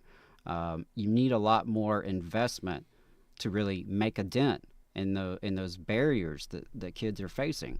I think a lot of times people just point to the schools, expect it to be a solution, but without providing the resources to even begin to address it. And that's, again, assuming that the schools can do some of this. And some of it is going to require broader social programs and broader social policy, because when the parents are struggling, when the parents are unemployed or underemployed, when the parents don't have health care, when the parents are struggling with drug addiction, when the parents are incarcerated, right? How does that impact the students? So, that's just my thoughts about it. I get that there's some, good data you can get from the state report cards that's interesting, that may be helpful for some folks, but, the failing schools list, the state report cards, these things are cooked up by politicians who have agendas, and I think we put way too much emphasis on standardized testing, which is mostly just a reflection of socioeconomic demographics, and not necessarily what's really happening in the schools. So there's a lot more that could be done. Politicians love to talk about family values, but there's so much more room to grow when it comes to supporting our families through our public school system. Right. Yep, that's right. So as we're wrapping up here on the radio, I want to make sure before we leave the radio audience to let you know about our friends over at the Working People podcast. They are doing a 12-hour fundraising live stream for the families of East Palestine, Ohio, who are really still struggling a lot. A lot of them are having continued health effects from the train derailment and are, have lost jobs, have lost their houses, their house prices, the value of their homes have drastically decreased, and so it's made it difficult for them to move, right, if that's something that they were interested in doing. So they have just really been having a tough time. So our friends at Working People are doing a fundraiser for them. You can find that on the Working People YouTube channel. Working People, the YouTube channel there, and a local church is taking donations for them. It is, they don't have a super quick URL set up, but if you go to the Working People's live stream on YouTube, you can find it in the description. So yeah, definitely check that out after the show's over and donate to them if you have the funds. Additionally, Labor Notes does not have any events coming up soon, but in April is when they are having their Labor Notes conference, the 2024 biannual Labor Notes conference. Adam and I are going to be there. And if you want to help with a local happy hour here in the Yes. Huntsville area to help us raise funds to send activists to Labor Notes, hit us up. TVLR.fm/contact. Registration is $185, but you get $45 off if you register by March the 1st. So that's only $140. And there are some scholarships available for low-income workers or for unemployed, striking, or young workers. And if you are, if you're in one of those positions, you can apply for a scholarship. If you're in the opposite position where you are, relatively well off, then you can also be one of the people providing a scholarship for one of these less well-off workers, and you can reach out to Labor Notes for that as well. LaborNotes.org/events. Go to the conference. I'm going to be there. It's going to be great. Going to be a good time. Adam, was there anything else you wanted to make sure we plugged before we ran out? Just that we have had a lot of Alabama representation on America's Workforce Radio lately. Jacob was on to talk about the Valley Labor Report and the North Alabama Labor Council. Our friend Max Alvarez, you just described the live stream. He was on this week to talk about that. And then my colleague with Alabama Rise, Dev Wakely, was on to talk about his new report, The State of Working Alabama 2023. deep dive on the non-union auto industry here in Alabama. So some good outreach on America's Workforce Radio. Highly recommend you check that out. And next month, I will be doing a couple meetings with the Rise. If you're in the area and you're interested in working with me, holler at me. All right. That's going to be it for us, folks. We're going to head into overtime. Going to talk about contract enforcement at UPS and Tesla's conflict in Sweden.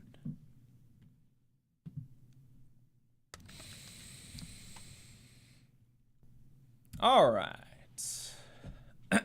Off the radio now. Appreciate everybody sticking around. Like I said, great overtime lined up for you. We're going to be talking to Daniel Sweden from Sweden about Tesla's conflict with Scandinavian workers. It's going to be a good time. He is the political editor of Arbetet, the Swedish trade union's news outlet.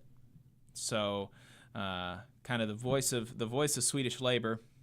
So looking forward to talking to him. Yeah, absolutely. That's really cool. And we're talking to Tony Rosario from New York about contract enforcement at the Teamsters, at UPS with the Teamsters Union with their new contract, ways to enforce some of the gains that they have won. Tuberville is fighting against better conditions for migrant workers. The UAW is increasing their action and calls for a ceasefire. We're going to be talking about all of that in overtime, so stay tuned, folks. We're going to be right back.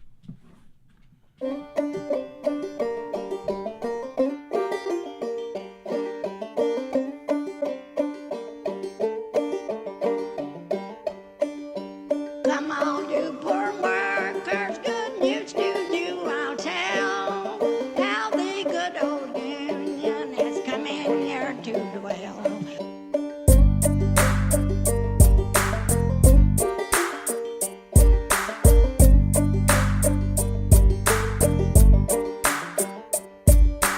Go to Harlan County, there is no neutral there. You'll either be a union man or a thug party explorer. Which side are you on? Which side are you on? Which side are you on?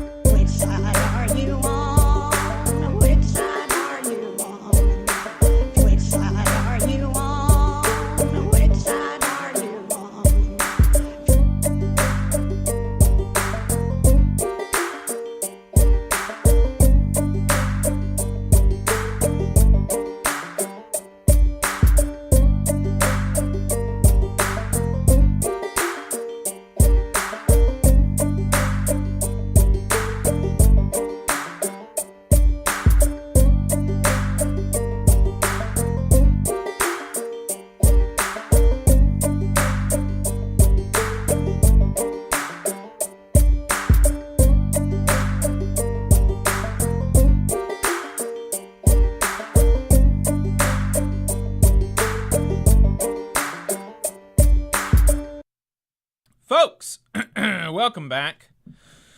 You are still listening to the Valley Labor Report, Alabama's only union talk radio program. We are now in the second half of the show that we call Overtime. We are now online only. We have freed ourselves from the shackles of the FCC censors, and we appreciate everybody tuning in.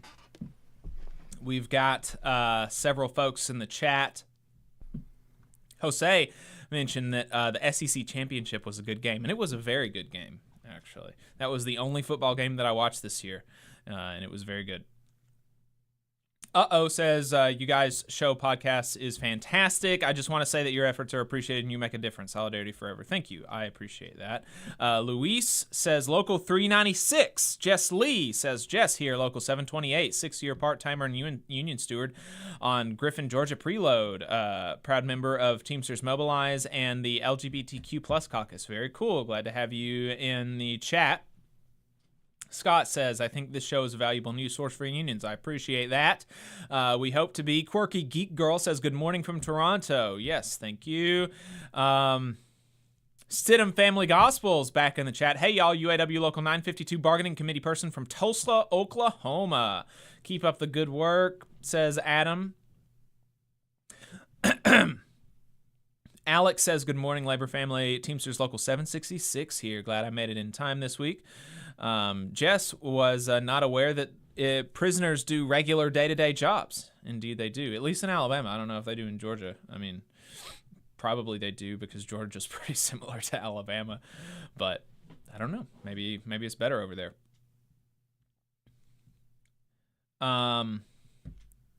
Let's see. Jose says prison labor should be represented by a union. Yeah, they absolutely should. Yeah, and there has been some really interesting organizing happening over the years to try to build prisoner unions. Mm-hmm. There have been 2 strikes in Alabama since we started the show. Very big strikes, actually. Yeah. So you've had the Free Alabama movement here in Alabama working on that kind of organizing, and one of the leaders of that movement is actually involved in this litigation.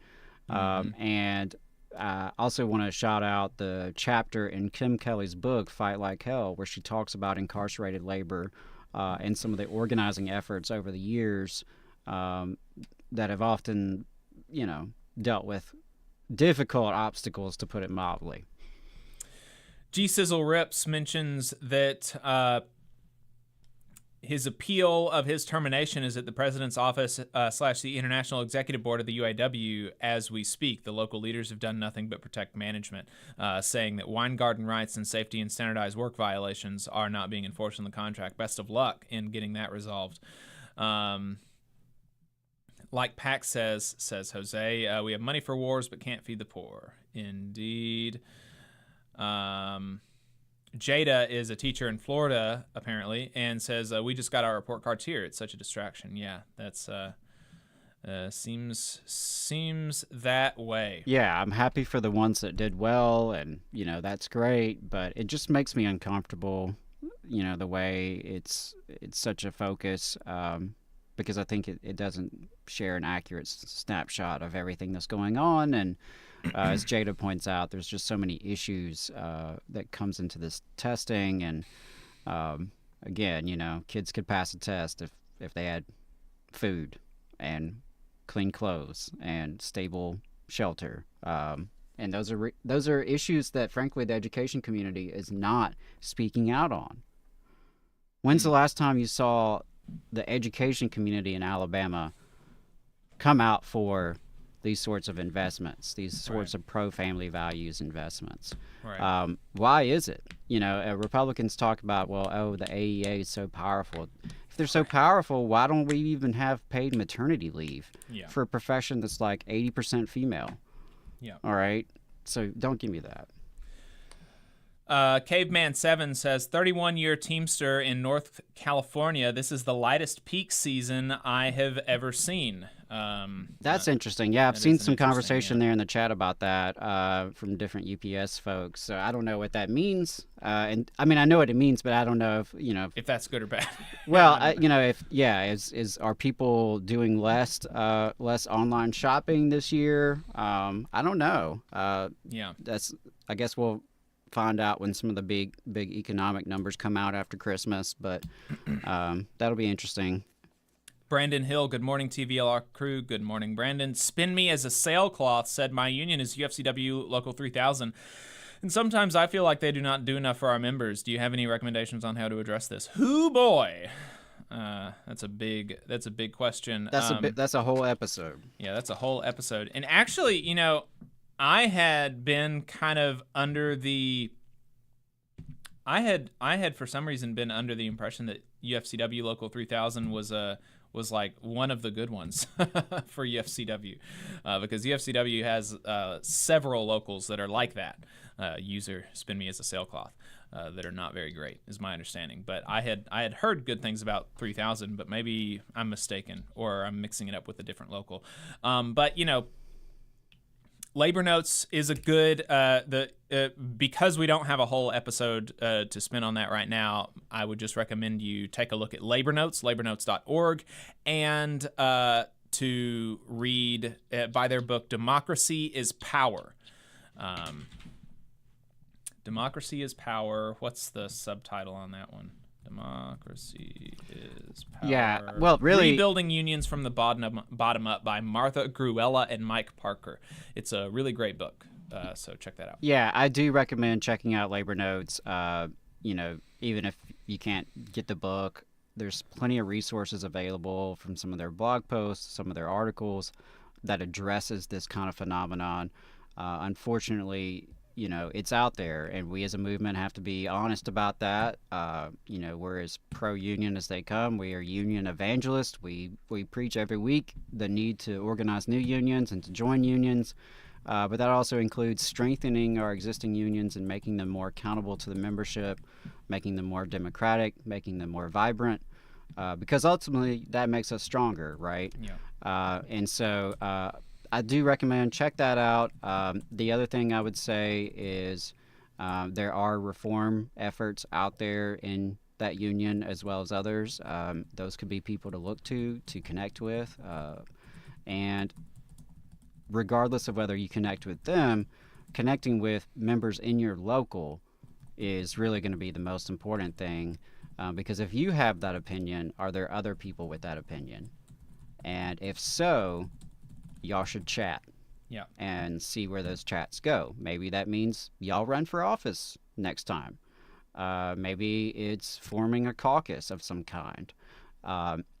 Maybe it's just being more strategic in how you approach the meetings and how you approach concerns you submit to leadership, and really mastering some of those parliamentary procedures and things of that nature. Just getting more organized. But those are just some initial thoughts, and yeah, we could spend a whole episode there, but I just want to give you encouragement.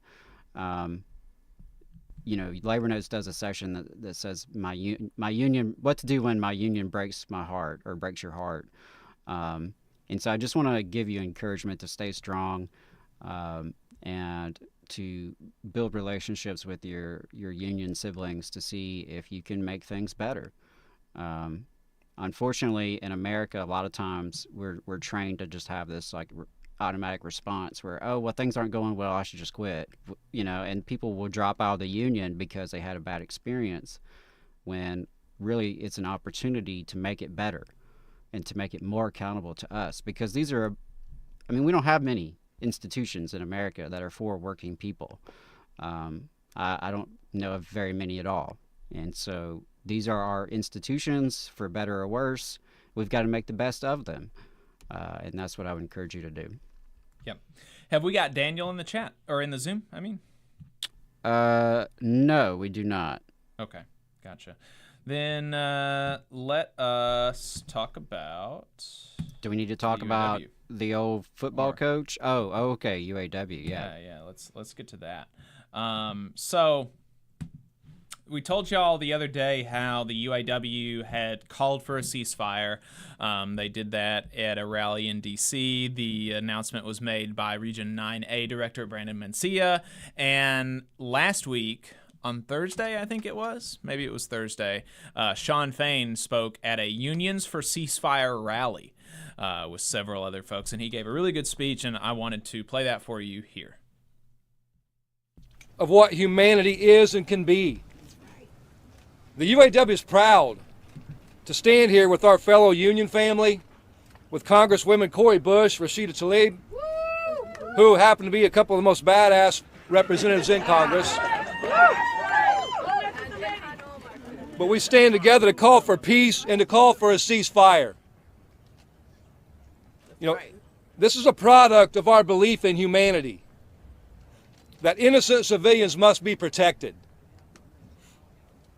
You know, we cannot bomb our way to peace. That's right. No. The only path forward is to build peace and social justice is through a ceasefire. Yeah. Right. Ceasefire now. You know, as a UAW, you know, we take pride in our history of standing up for justice at home and around the world, around the globe. You know, throughout our history, we're a union that's always spoken up for civil rights and human rights time and time again. That said, I want to be clear. What we're calling for today, a ceasefire, it's what the global community is currently standing together for. That's right, yeah. Right. At the United Nations, it's what the majority of nations called for. Yes. That's right. And right here in America, it's what the majority of American citizens want. Yes. You know, the world's seen enough slaughter and devastation. Peace is the only path forward. While we call for a ceasefire, we also condemn anti-Semitism, that's right. Islamophobia, that's right. Anti-Arab racism, that's right. All of which are growing in our nation at this moment and must be stopped. That's right. You know, we know unions provide a bridge toward fighting all forms of hatred, phobias, racism, sexism, anti-Semitism, homophobia, Islamophobia, and more. As union members, we know we must fight for all workers and suffering people around the world. We must fight for humanity. That means we must restore people's basic rights and allow water, food, fuel, that's right. Humanitarian aid to enter Gaza. That's right. We must also call for the release of all hostages. That's right. I thank our UAW members for speaking out and pushing us to come out in support of a ceasefire. Right. It was the right thing to do. Yes. Right. So now it's time for the rest of our elected leaders to step up and do what it takes to end the violence. Yes. That's right. And I call on the rest of the labor movement to join us in this mission for peace and social justice for all of humanity. So thank you.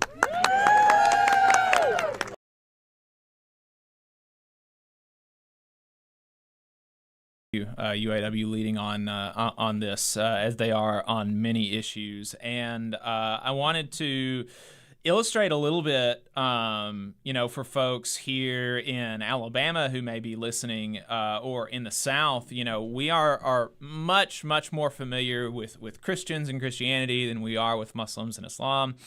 And people really forget that there are Christians in Palestine. There are Christians that are being killed by the Israeli military.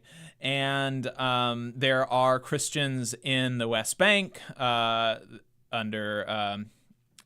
occupied by Israel that are, that are protesting in their own way. And this, I thought, was a very poignant video from a Christian in Bethlehem, where Jesus was born, talking about what they're doing or not doing for Christmas this year. Let's play that.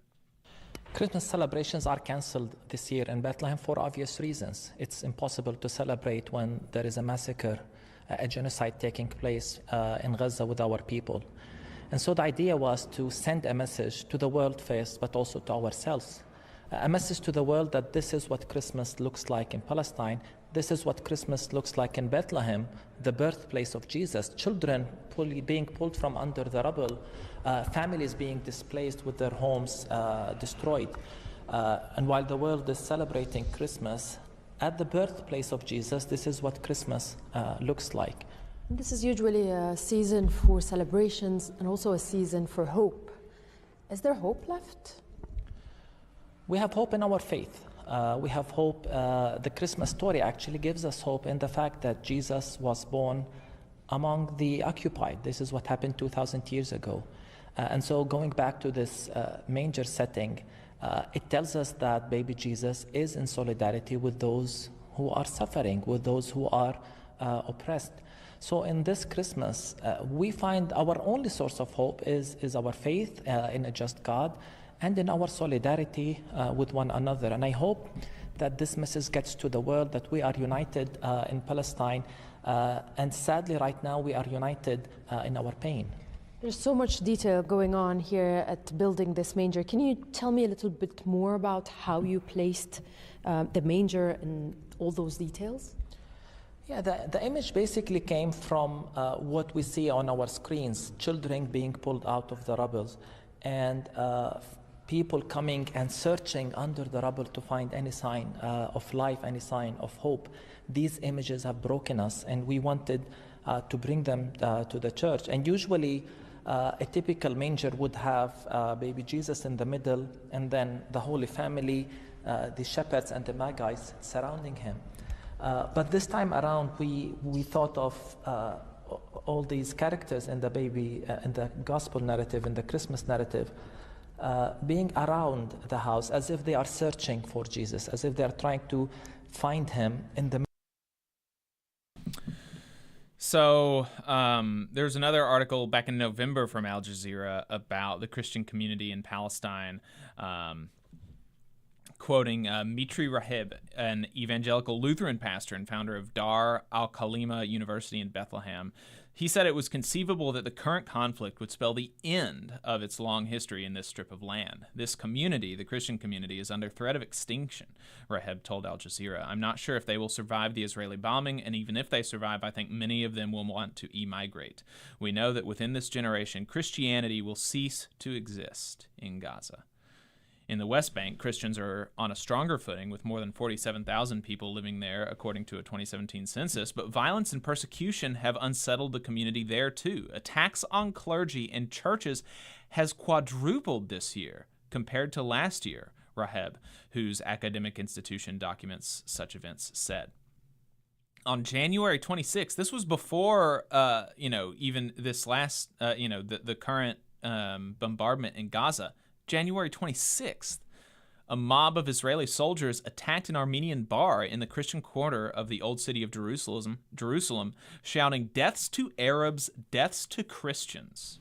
A couple of days later, Armenians leaving a memorial service in the Armenian quarter were attacked by Israeli settlers carrying sticks. An Armenian was pepper sprayed as settlers scaled the walls of the Armenian convent, trying to take down its flag, which had a cross on it. I mean, just really, this is really serious stuff that's happening in Israel, and it's happening in large part because of the funding of the United States. And so that's why it's important to understand what's going on there and to speak out against it. Because we're all paying for it. Yeah. I mean, it's, bad, when wicked things happen all over the world, it's bad enough. There are atrocities happening all over the world. In Sudan, in particular, is going through a rough patch. But the reason that the Israeli conflict is so, is on the mind of so many is because, like Adam said, we are paying for it. We are paying for the extinction of Christians in Gaza.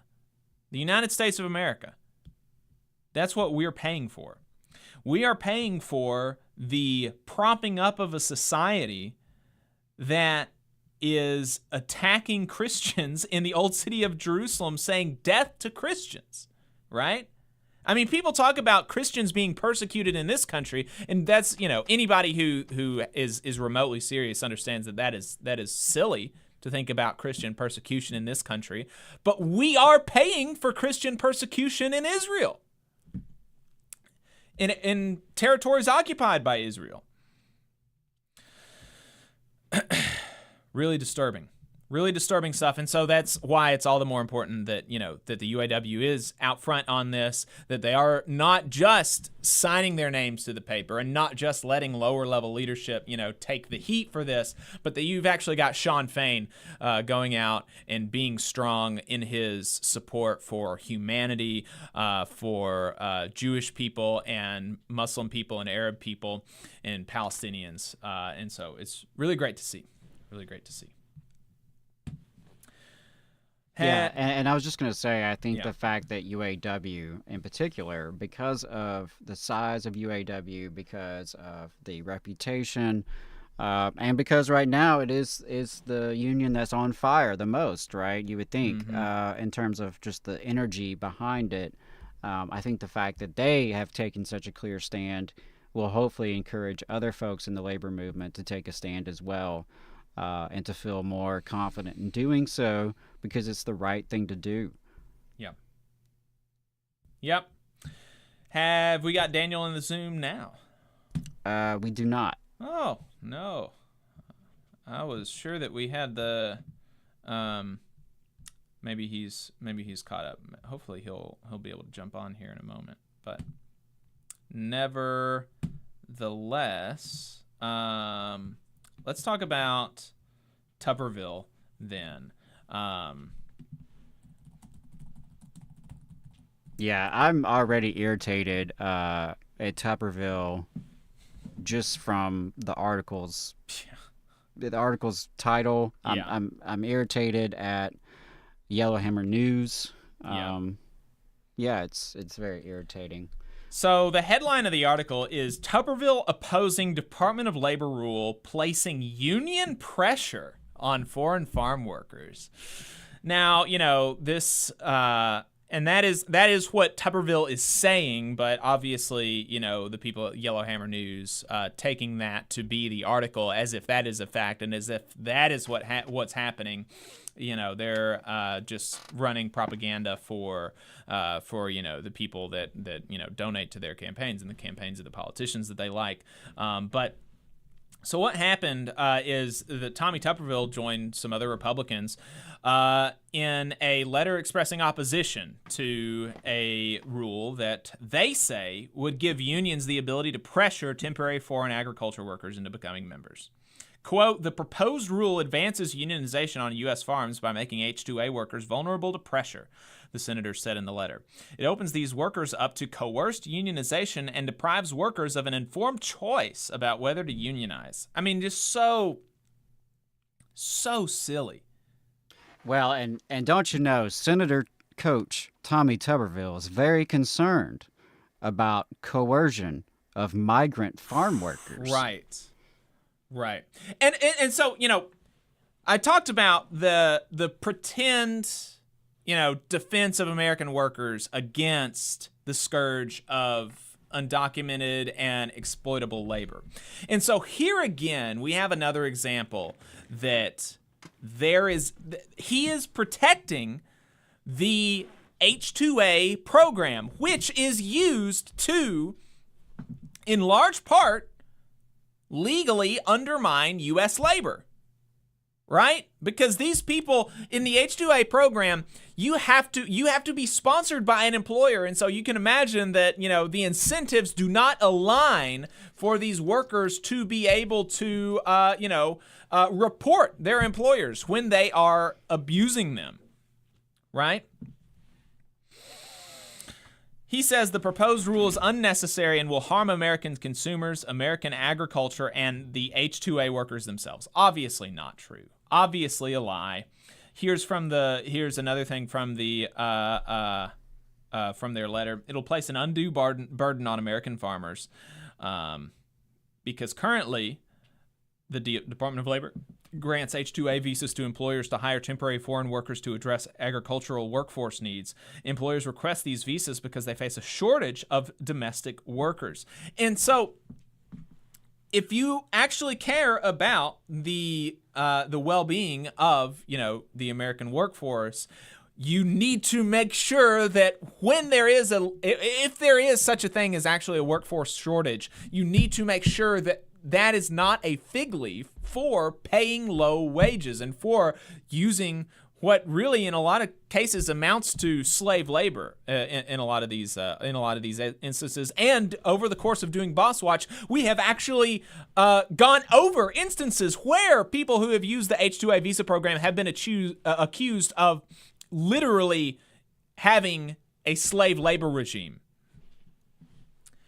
It will also hurt American families who are already having a hard time making ends meet. Under Bidenomics, food prices have soared. Bread, baby formula, and frozen fruits and vegetables are up almost 25% since January 2021. If this rule is adopted, food prices will increase even more. And so here's the thing. If food prices increase, why is that? Who is the one that decides whether or not the food prices increase? It's the companies. It's not the workers or the Department of Labor.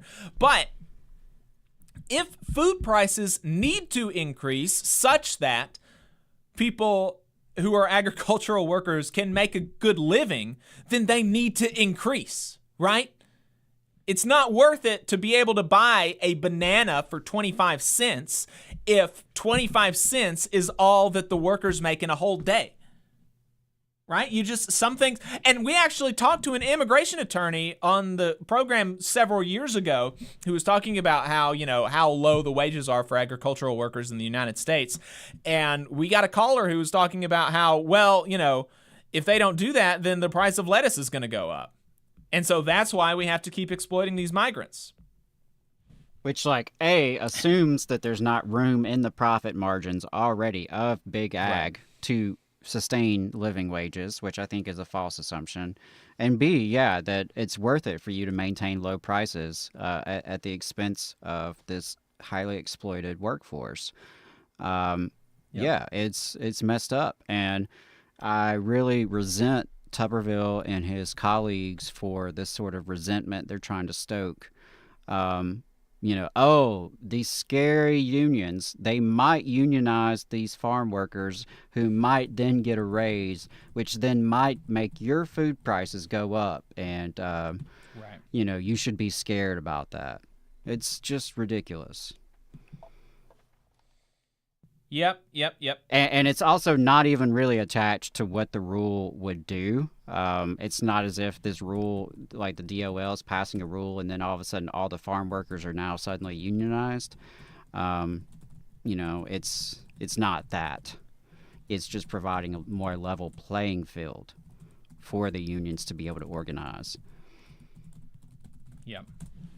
And so actually we pulled a fact sheet from Farm Worker Justice Group talking about what it actually does. And so what it actually does is there are, around collective action and labor organizing activities, it would expand H-2A workers' access to labor unions by giving labor organizations a narrow right of access to employer-provided housing.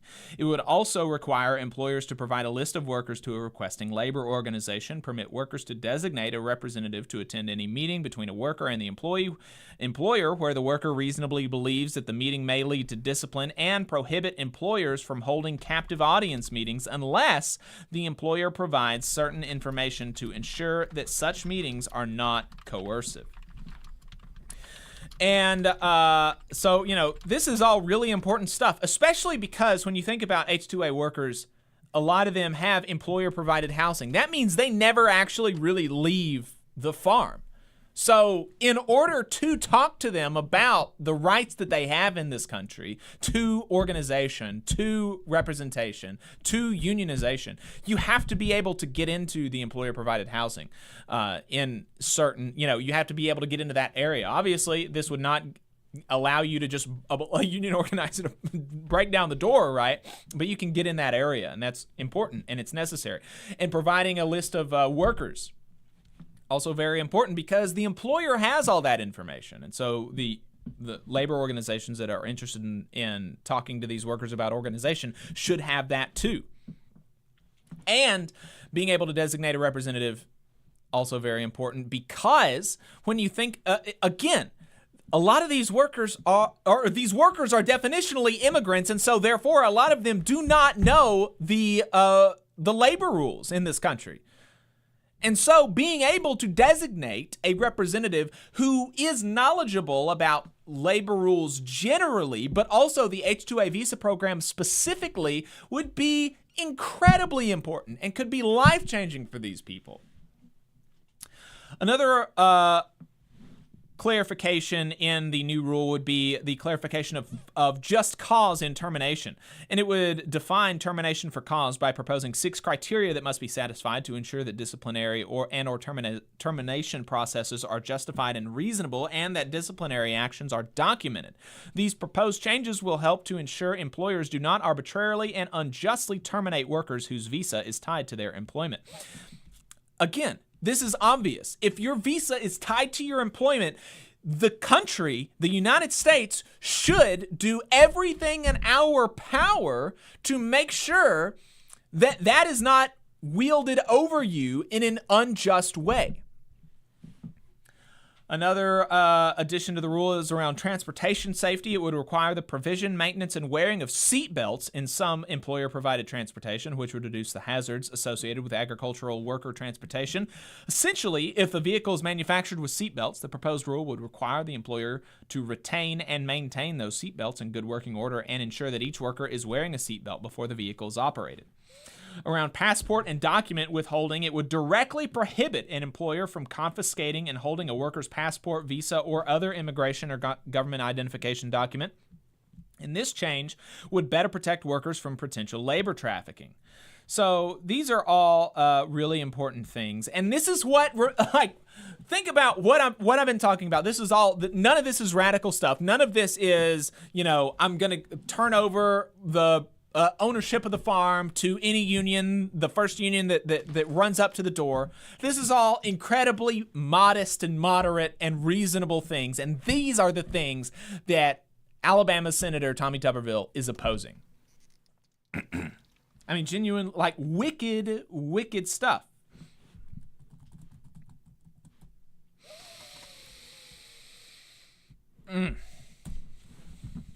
Very frustrating seeing that.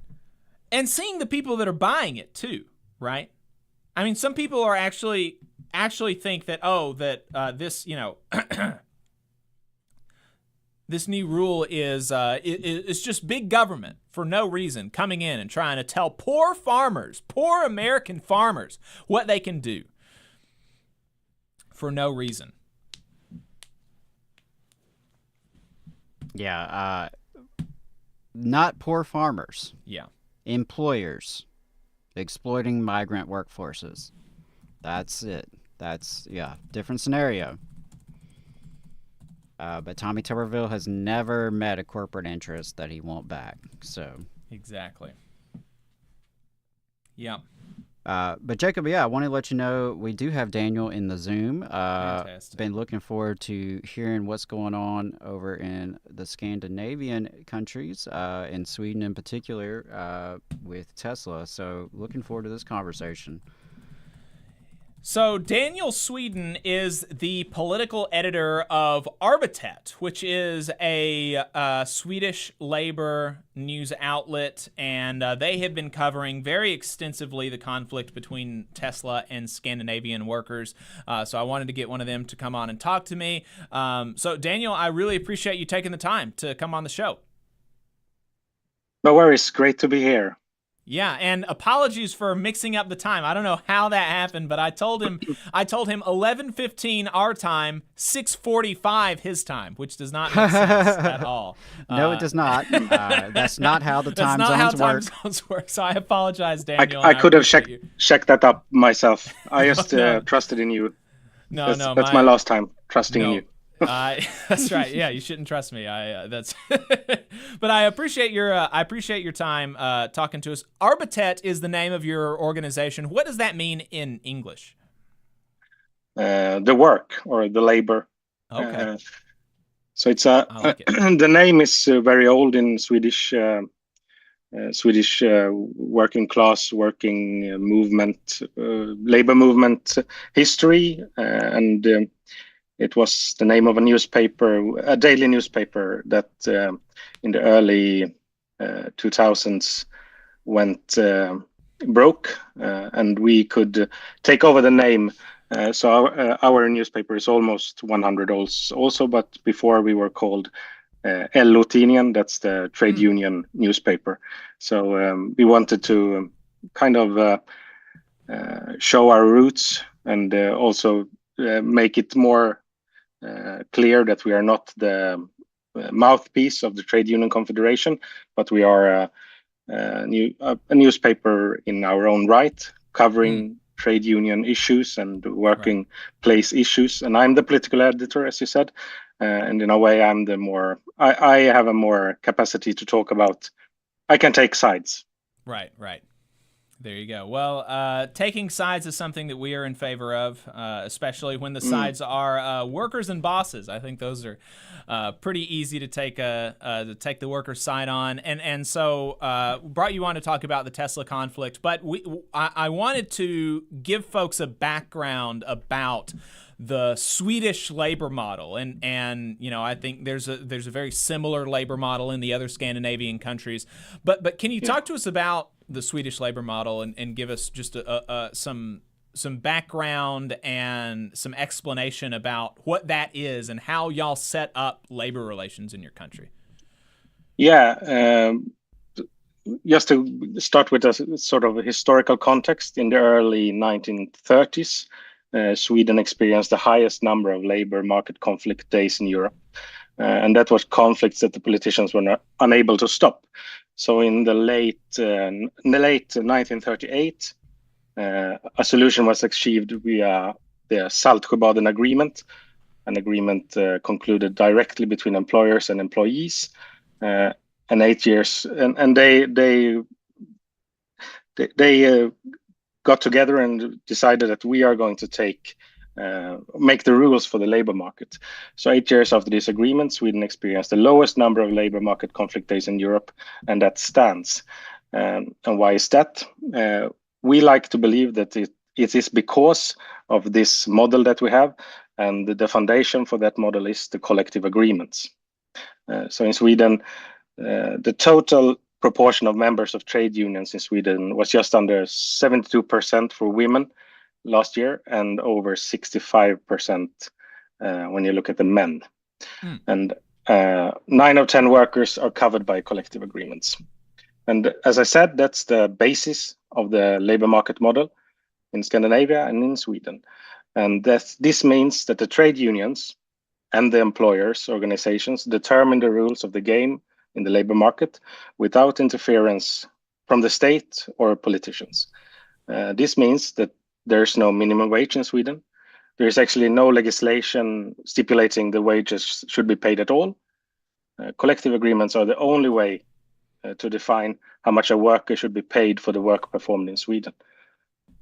And the collective agreements, they include wages, forms of employment, occupational pension, working hours, vacations, and periods of notice. So that's the... Oh, go ahead. That's the basis of it, I like to think. Right. And I think that makes sense, and that makes it all the more, existential, I guess you could say, when foreign companies try to come in and they try not to follow that Swedish labor model because since there is no minimum wage and there are not very many laws around the workplace, if the labor model of the unions and the employers being able to set the working conditions, if that falls apart, then there's really not much left protecting Swedish workers. And so when foreign companies come in and try to disrupt that, it really becomes an existential threat. And this sort of thing has happened several times in the past. And in particular, it seems like with U.S. companies, they seem to be the main antagonist in these sort of stories. And you were there for and you were around and watching as the situation happened with Toys R Us, right? Can you talk to us a little bit about what happened with Toys R Us? Toys R Us it's a little too early for my time. I'm only 40 years old, but the Toys R Us situation, it's 20 years ago. So when Toys R Us opened stores in Sweden in 1995, it's almost 30 years ago, they refused to sign a collective agreement with the Commercial Employees Union. And the company argued that they had never signed an agreement of this kind with the union anywhere in the world, and they did not intend to do it in Sweden either. The issue regarding Toys R Us partly revolved around the employer's desire to set salaries arbitrarily. So union members at the Toys R Us stores also sounded the alarm to the union about the anti-democratic personnel culture, where management tried to control employees down to the smallest detail. And many thought in Sweden by the time it was futile to try to fight an international giant corporation. This was just after, as you know, the Berlin Wall had broken down, and the whole neoliberal tidal wave, so to speak, was sweeping over. Sweden had just joined the European Union, and the time was, everyone was talking about there's a new time dawning, and the old ways are dying. It's futile to stand up for something that was a thing of the past. But the union, of course, argued that it was impossible to give up, because it would mean that the entire model of collective agreements would be put out of play. And that is also what the industrial and workers' unions are saying about Tesla, which we will talk about more later. But anyway, in May 1995, the Toys R Us stores in Gothenburg and Malmö, that's our two second biggest cities in Sweden, went on strike. And after a few days, the strike also spread to Stockholm, our capital city. And the union was criticized by right-wing press and right-wing politicians, but had very strong support from their own members and also from the citizens of Sweden. The very important thing that happened then is that the other trade unions declared secondary action, or as we call it in Sweden, sympathy measures. So members of the transport workers union refused to deliver to Toys R Us, and white-collar unions like the finance union blocked all economic transactions to and from Toys R Us. And in late summer of that year, the management of Toys R Us gave up, and they signed a collective agreement with the union. But in 2018, the Scandinavian owners of Toys R Us filed for bankruptcy, so they're not in Sweden anymore after all. Yeah, they went bankrupt in the United States around that time too. Yeah. And so the what did around that time? What were the right wing press saying? You know, because unlike in America, you know, like you said, this is really part of the Swedish culture and society, and so it's difficult to imagine, you know, people with much of a base getting away with attacking this sort of arrangement. What were they saying? And then what were, you know, did they have any sort of base in the public? Not really. As I said, the citizens supports this model. But what the right-wing press and the right-wing politicians often say when we are striking in Sweden is that, and it's that the secondary action is the big issue here. We don't want any other sectors to be affected by or to go into the conflict. So if it's a conflict at a workshop, why should the cleaners step out, strike in sympathy with them? So that's almost, and that's the same thing you can see with the Tesla conflict now. Secondary action is the kind of the painful thing about the Swedish model for the right-wing press. and the right-wing politicians, and also the employers. But it was them that wanted it in the big agreement from the 1930s, because they argued then, 100 years ago, that if we have a secondary action and strong protection from secondary action, the conflicts will be over very fast. So they wanted to have that. So it was their idea to put it into the big agreement from the beginning. But now they are not big fans of it anymore. Yeah, I could imagine. And so how is it that I wonder what is the sort of rhetoric that your right-wing press and politicians use in Sweden? Because in America, the rhetoric really centers around freedom and liberty and all this kind of stuff. And it's difficult for me to kind of marry this rhetoric around, I'm right wing and that means I love freedom, with I support the government making illegal workers going on sympathy strikes. Right? I mean, that's, being able to go on a sympathy strike is a measure of freedom that we do not legally have in the United States. And so what is what are the arguments that they're putting forward against sympathy strikes? Because it can't be about freedom, because the workers are utilizing their freedom and their liberty to make their opinions and wishes known. You could even say, in a sense, they're voting with their dollars, right? Which is something that capitalists love. Yeah, but I think the rhetoric is quite the same.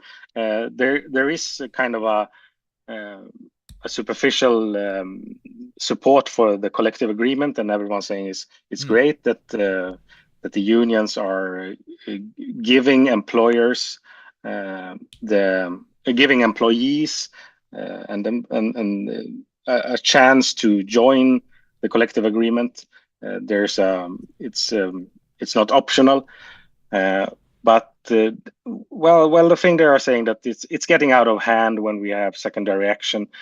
People who are not in this conflict, it's not about them. Why should they stop to do this and that just to punish a company or an employer who is having something to settle with another union?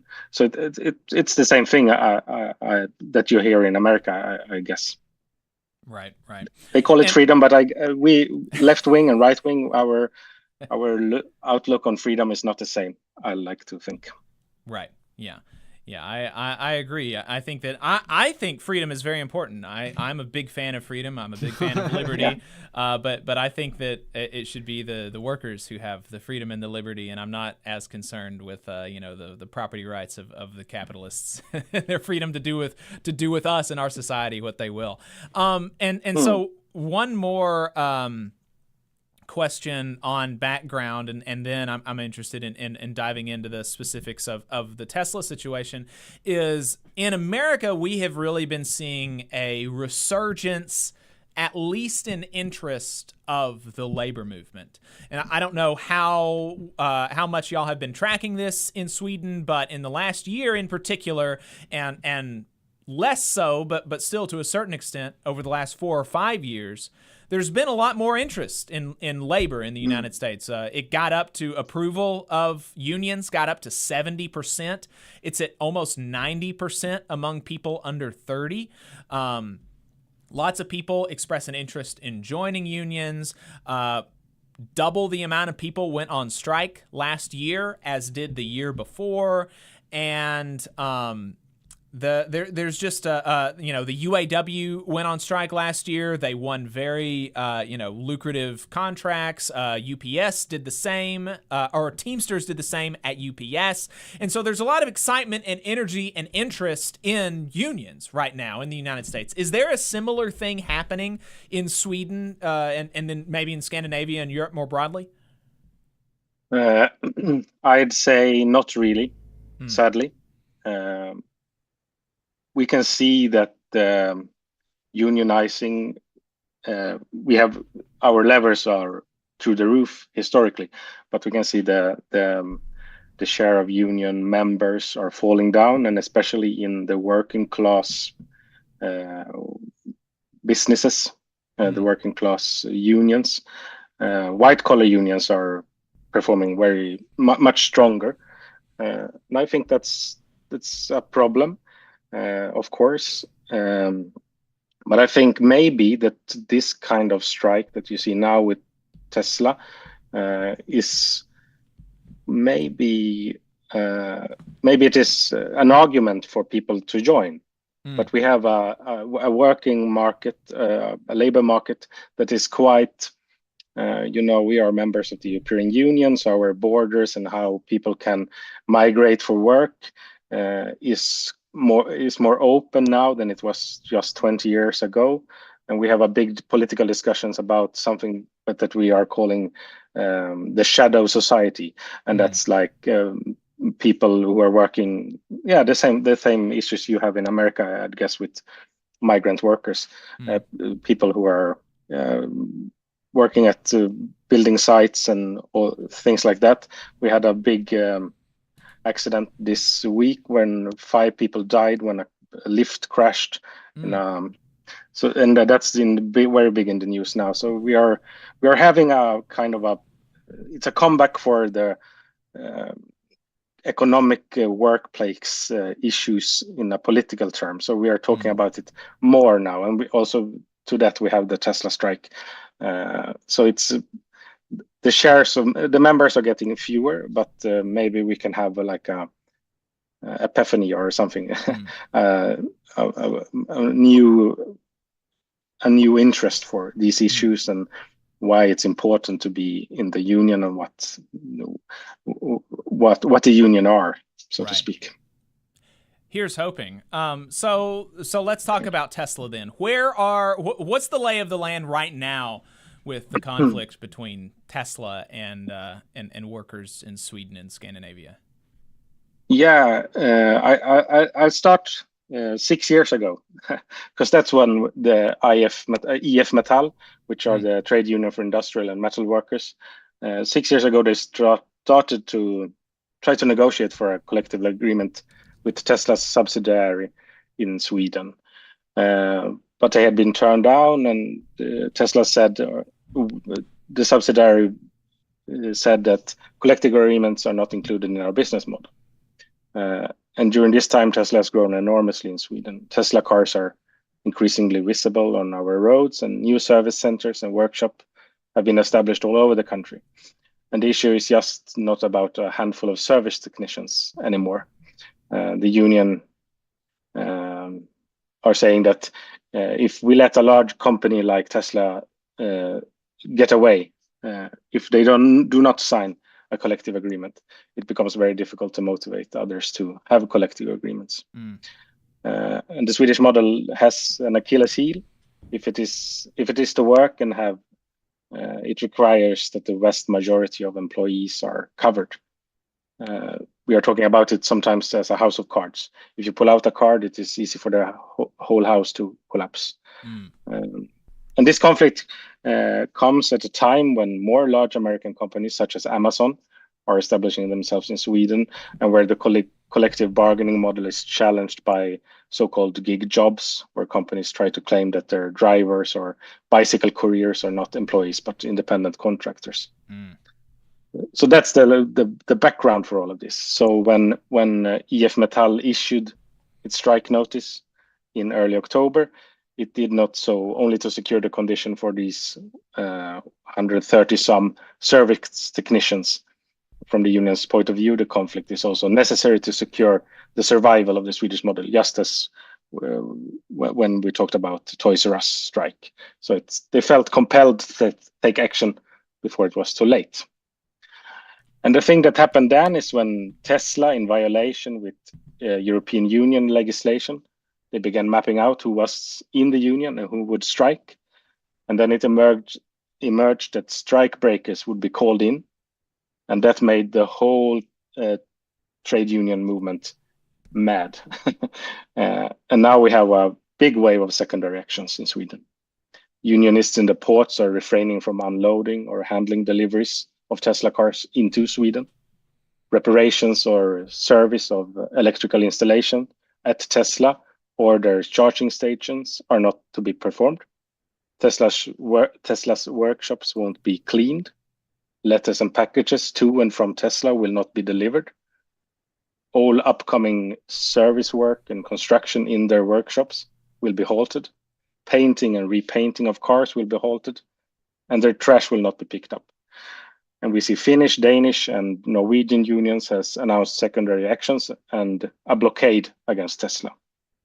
No Tesla cars will go through Finland, Norway, and Denmark to Sweden. So there is where it stands now. Everyone is striking, it seems.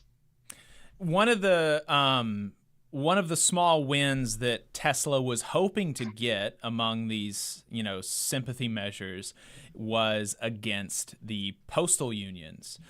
They were hoping to get the Swedish government to say, basically that postal service is a government service, and so therefore they cannot, the postal service workers cannot be involved in these sympathy measures, and they have to do this government service regardless of whatever else is my understanding. And feel free to fill in any details or correct any misunderstandings. But the Swedish court said no, they can strike you. Basically, is my understanding of what happened. Talk to us about how that case played out. Yeah, there is a legal dispute. It's not over yet, but it revolves around the Tesla are suing the postal service for not delivering registration plates that Tesla ordered from the Swedish Transport Agency, and the Swedish Transport Agency is the agency that are producing registration plates. And the reason that the postal service are not delivering is that members of unions organizing postal workers are engaging in sympathy strikes with the industrial union. So there's been in different courts since like 3 weeks, and now there came yesterday the high court, but the step under said that you cannot have the registration plates. So Tesla has not won anything in this legal dispute. But when it will be solved at the highest level, the unions are not to be in the courthouse. So they are not. They cannot talk about it, or their view will not be listened to. So it's a conflict with Tesla and the postal service, so to speak. So it's out of the hands of the unions. Right. Okay, I see. And how is Tesla responding so far? Yeah, they are not saying anything. There was in late October, I think, they wanted to meet the unions to talk about this again. But the understanding from the unions is that this is not in the hands of the subsidiary that is in Sweden. This is something that the Americans, or maybe Elon Musk himself, will decide upon. So I don't know. And we were very excited in Sweden when he finally tweeted something or X'd something about the issues in Sweden, and he called it crazy. And that the thing he called crazy was the fact that the registration plates could not be delivered. So that's the only thing we know that he has said in public. But nothing is really happening. The latest thing that happened yesterday was that the unions that are unionizing cleaners said that the trash, their trash. They said that after Christmas you will not have any trash delivered or taken out anymore. So that's their workshops will look like pigsties in the new year. So I don't know how long they can hold out. And there is, of course, discussion in Sweden and in the Swedish unions of what is a win for us in this when things stand as they are. Many people do believe that Tesla will not yield, so they will leave Sweden, and maybe that's a price that the unions are willing to pay. I mean, there are other electric car makers. I think, and so I think it would be unfortunate, but I agree. I think that, or I agree with their assessment that it would be a price worth paying if that's what happens. I'm curious if there's any, and I guess this question is sort of psychologizing a little bit, but Elon Musk really seems like a kind of a unique, erratic character among the owning class. I think that, and I wonder if that difference, or if there is a difference, but I wonder if that's being discussed in Sweden, as a difference between, Tesla and Toys R Us or McDonald's. McDonald's and Toys R Us both went through similar situations where these sympathy measures were enacted and they ended up capitulating. But my view of organizations and companies like Tesla and Toys or like Toys R Us and McDonald's would be more that they're less ideological and they just want to make money, right? And so if that's kind of my understanding. And so if it is the case that signing a collective agreement in Sweden is how we're going to be able to make the most money, then I'll sign a collective agreement. But it seems like Elon Musk is really maybe less driven by just making money and is more a real kind of erratic ideologue who would be willing to forego money so that he can maintain his ego or something. Is that being discussed? Somewhat, it's being discussed. There are some in the right-wing press, some people who are really his fanboys and like talking about him as he's changing the world. We cannot have Swedish workers stop this change maker on his big mission to make a transition to green energy with his cars. And they are calling the unions mafia and things like that. But from I think you have a point, because if you'd ask a Swedish capitalist, they'd say in a well-functioning market economy, we want to compete on equal terms. And the collective agreement in Sweden gives companies that opportunity. No one should be able to gain cost advantages by dumping wages. Competition assumes that the rules of the games are agreed upon. And for the time being, I mean, there are ideologically driven capitalists and employers in Sweden also. But as you said, if this is the way we're making money in Sweden, and we have like 9 out of 10 workplaces that are covered by collective agreements, it's the name of the game. And the collective agreement is just a floor that you stand on. You can do whatever you want if you just sign it. And the thing that happens when you sign a collective agreement is that you as an employer are joining a employers organization. So that's, you get support from them with all things, like just as a worker that is unionizing. Your company can also unionize, so to speak, when you join this. That's the thing also. So you get support from other capitalists, other businessmen. Right.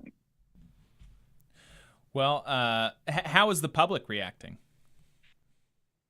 There was a big poll maybe a month ago, and the people are, they are support. I think like 70% are supporting the strike.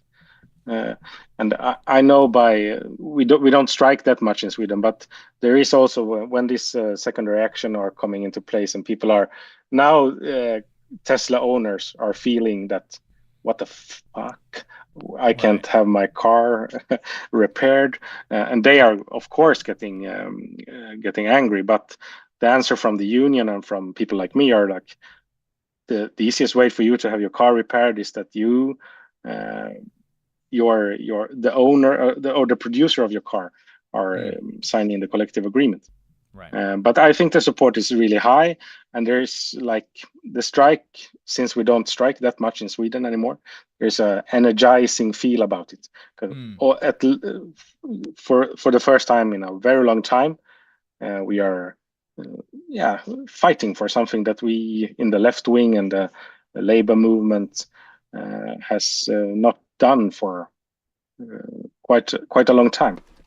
Right. So it's energizing the left wing in Sweden, but the public supports the strike. Well, good deal. Well, it's energizing for us over here, and we look forward to seeing hopefully a happy resolution, and ideally them signing these collective agreements, and that may hopefully pave the way for the UAW here to be able to make similar gains and secure similar agreements. So yeah, absolutely. I just think it's such an important struggle, and I applaud the unions in Sweden and Scandinavia for standing together, and applaud the workers for standing up, because it is a threat to the system.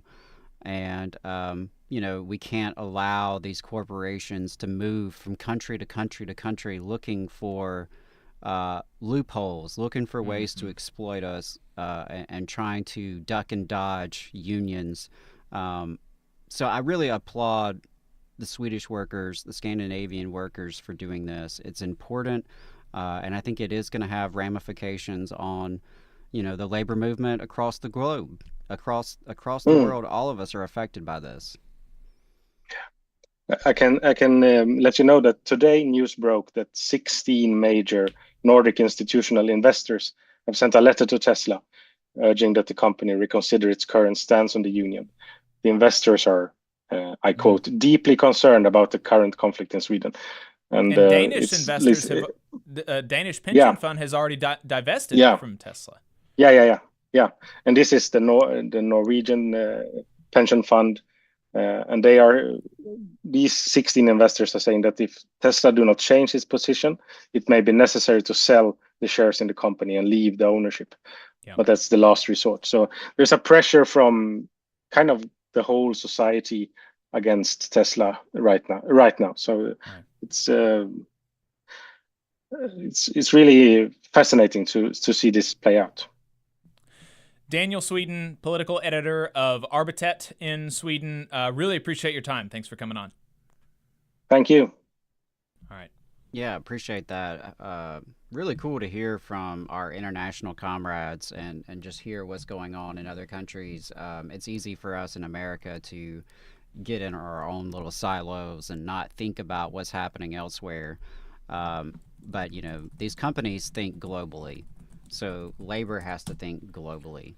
It's very important, and really I applaud them for real. It's that's inspiring, that everyone from the trash collectors to the mailmen to the port workers, everyone getting involved and taking a stand for their fellow worker.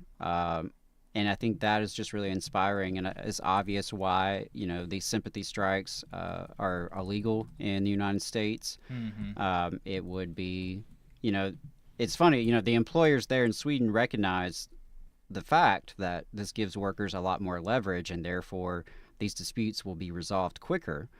But, and I would agree with that, right? But obviously American employers are going to push back against any rights that we can fight for, any power that we can build. But that's something that we need to get changed in our laws. And I know people like to talk about the most pro-labor administration of all time, supposedly, that we have in the White House. But I haven't heard the president say that sympathy strikes should be legalized. Right. I would love to hear political candidates start to talk that language and put the power back into the hands of working people. Yeah. Is Tony in the Zoom? Let me check. Yeah, I think Tony may be in the Zoom. Right. Yeah, Tony's with us. I know things were running late this morning, so Tony's on the road, but he is with us. Yeah, all right. Well, so Tony Rosario is He is from New York. He is the Amazon Division New York market lead organizer for the Teamsters.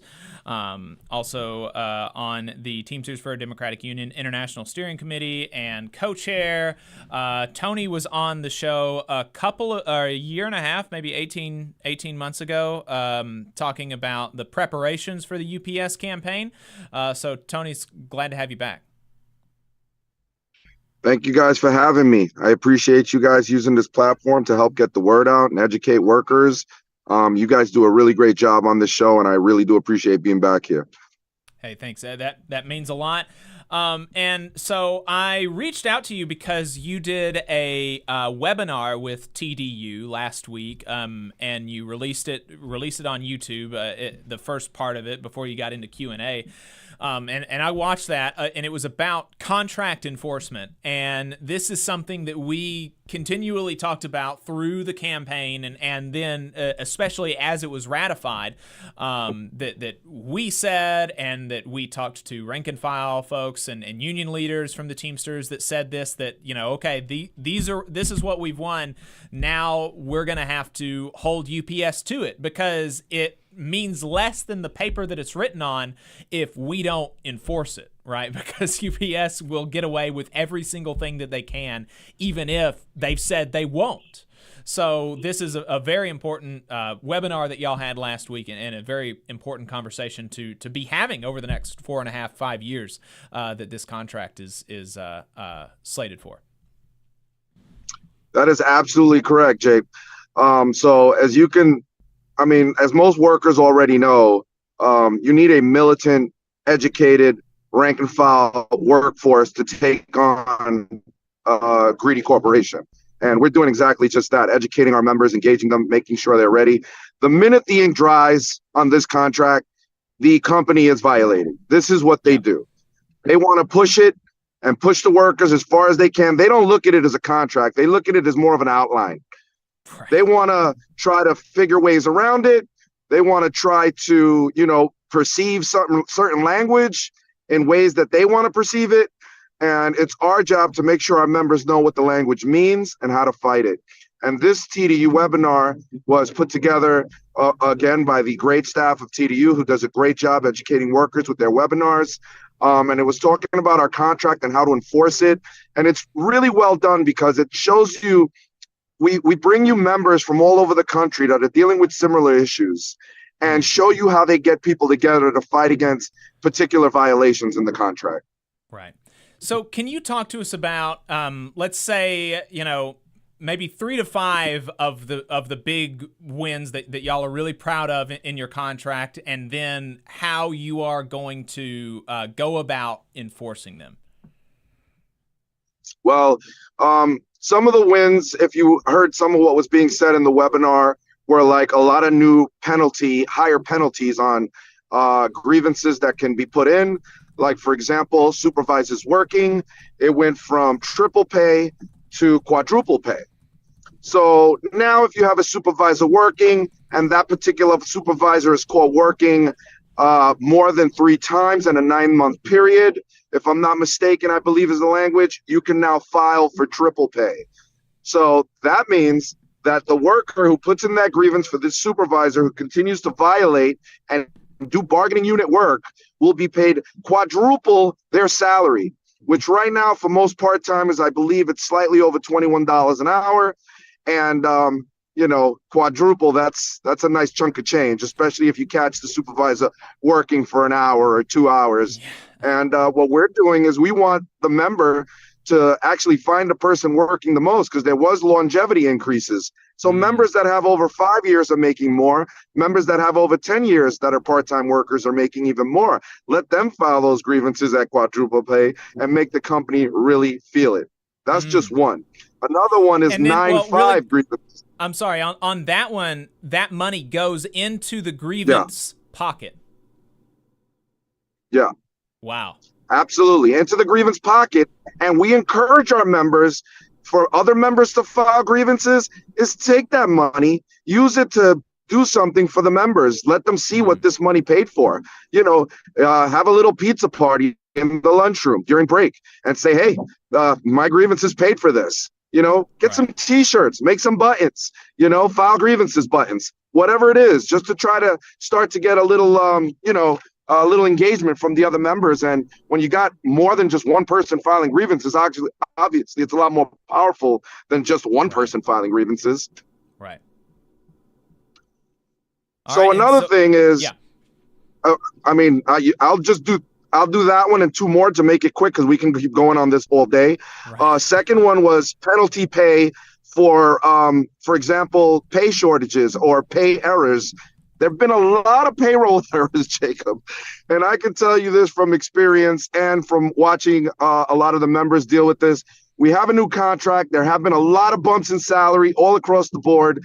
And already UPS is totally dropping the ball on paying people correctly. And again, filing grievances, there's higher penalties also on those grievances as well. So you can really, attack the company with many workers filing grievances on payroll issues and making sure that they do the right thing and pay their workers properly, because that's all we really want. They're saying they're rolling out a new system sometime around 2026 that's going to take care magically of all their payroll issues. I personally don't see that happening, but if it doesn't happen, that's okay, because we're going to keep filing grievances with all of our members and continue to make bank for those members as long as they continue to file grievances. And last but not least is the 9-5. I mean, again, there's many more, but we'll go on the penalty pay because that's what's really helping our workers and make extra money, and especially in the holiday season, putting money in our members' pockets for gifts for the family.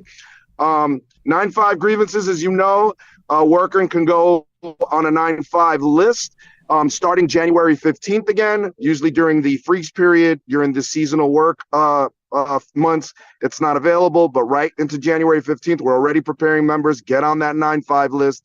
They can't violate your 9-5 rights, meaning you don't have to work. This is basically to help workers that are putting in too much overtime, that are being burdened with overtime. And if you violate their 9-5 rights, they can actually put in grievances for penalty pay on that. The 9-5 violations is also going up in salary. Also penalty, quadruple time and things of that nature. If I'm not mistaken, I got to look it over again. But yeah, that's a big one too. So you keep filing, keep getting money and making bank. It's the workers are, all the and we always say this, right? They're making all this money off of our backs. It's about time that we can start getting chunks of money from them for the violations that they do. Right. And so the members can file grievances, not just stewards or officers. You're saying that members can go and do this themselves? Yes, sir. Absolutely. You do not have to be a steward or a business agent to file a grievance. And it is great when the members are talking to one another and filing them together. You don't want to just have one person always filing grievances. You want to have a group. That's what we teach in TDU. Make it a group thing. And not only that, we've built like all these huge relationships with other locals, right? So it's not like just our local, it's other locals getting on board and starting to file those grievances as well. So you're not hitting them in just New York, you're hitting them in Rhode Island, in Chicago, and in California. Like everybody needs to file grievance, hold this company accountable to those violations. We fought hard to get this contract. It's up to us to enforce it, and we got to make it known that we're going to stand our ground everywhere. And so what about, TDU was formed really, to try to galvanize a really, sleepy and in some instances corrupt union. And so in places where you have sleepy locals with management who is not, or with leadership who's not very combative, who, they want to kind of side with the company more times maybe than they would sign with a member who's filing these grievances. What would your advice be for members in locals like that, where they have trouble getting support for their union activities from their local? Well, and there are many locals that have dealt with this. When you find that you have leadership that's not doing what they should be doing by the members, you organize around them and you get a group of people that are willing to actually take on management and hold them accountable. You have to do that on your own. You have to put together a team, put together a strong organizing committee, a group of people that are, basically out there trying to fight for the members and, take them on. TDU has done this numerous times in numerous locals. They have helped workers that want to make a change where they know their local leadership isn't doing the things they should be doing to fight for their members. And we're going to continue to do that. It's very important for members to know that just because your local's not doing what they need to do doesn't mean that you can't fight it. It happened with us in our local. Our local's known right now, 804 is probably one of the strongest locals in the country, and it's only because of the last 5 years. We do have a history, but we've had our ups and downs. And a lot of times you have to change leadership to make it happen. And even with international leadership, we changed leadership at the top to make sure we fought for a more militant, stronger union. And we did it.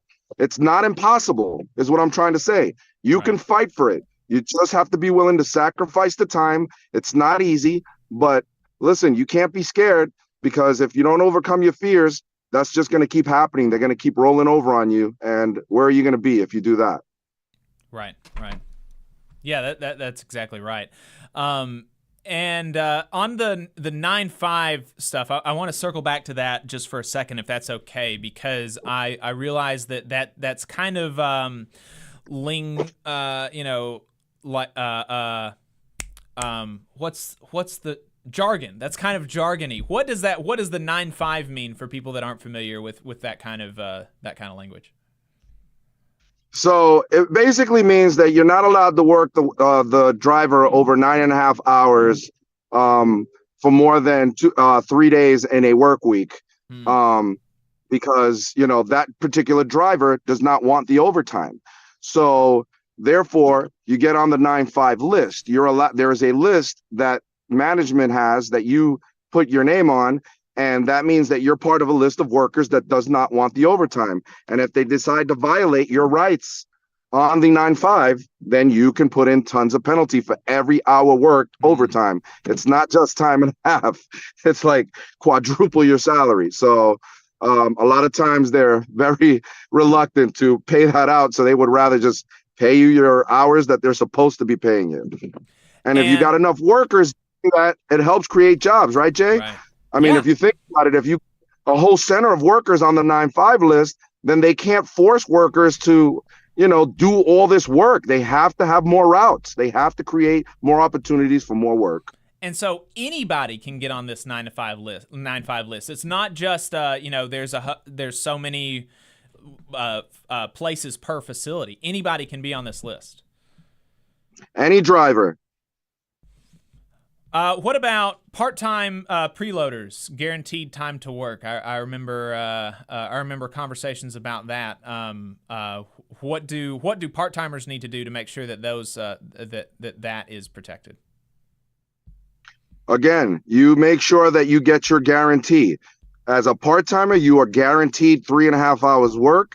If they want to try to send you home before that, then you let them know, are you going to pay me my guarantee?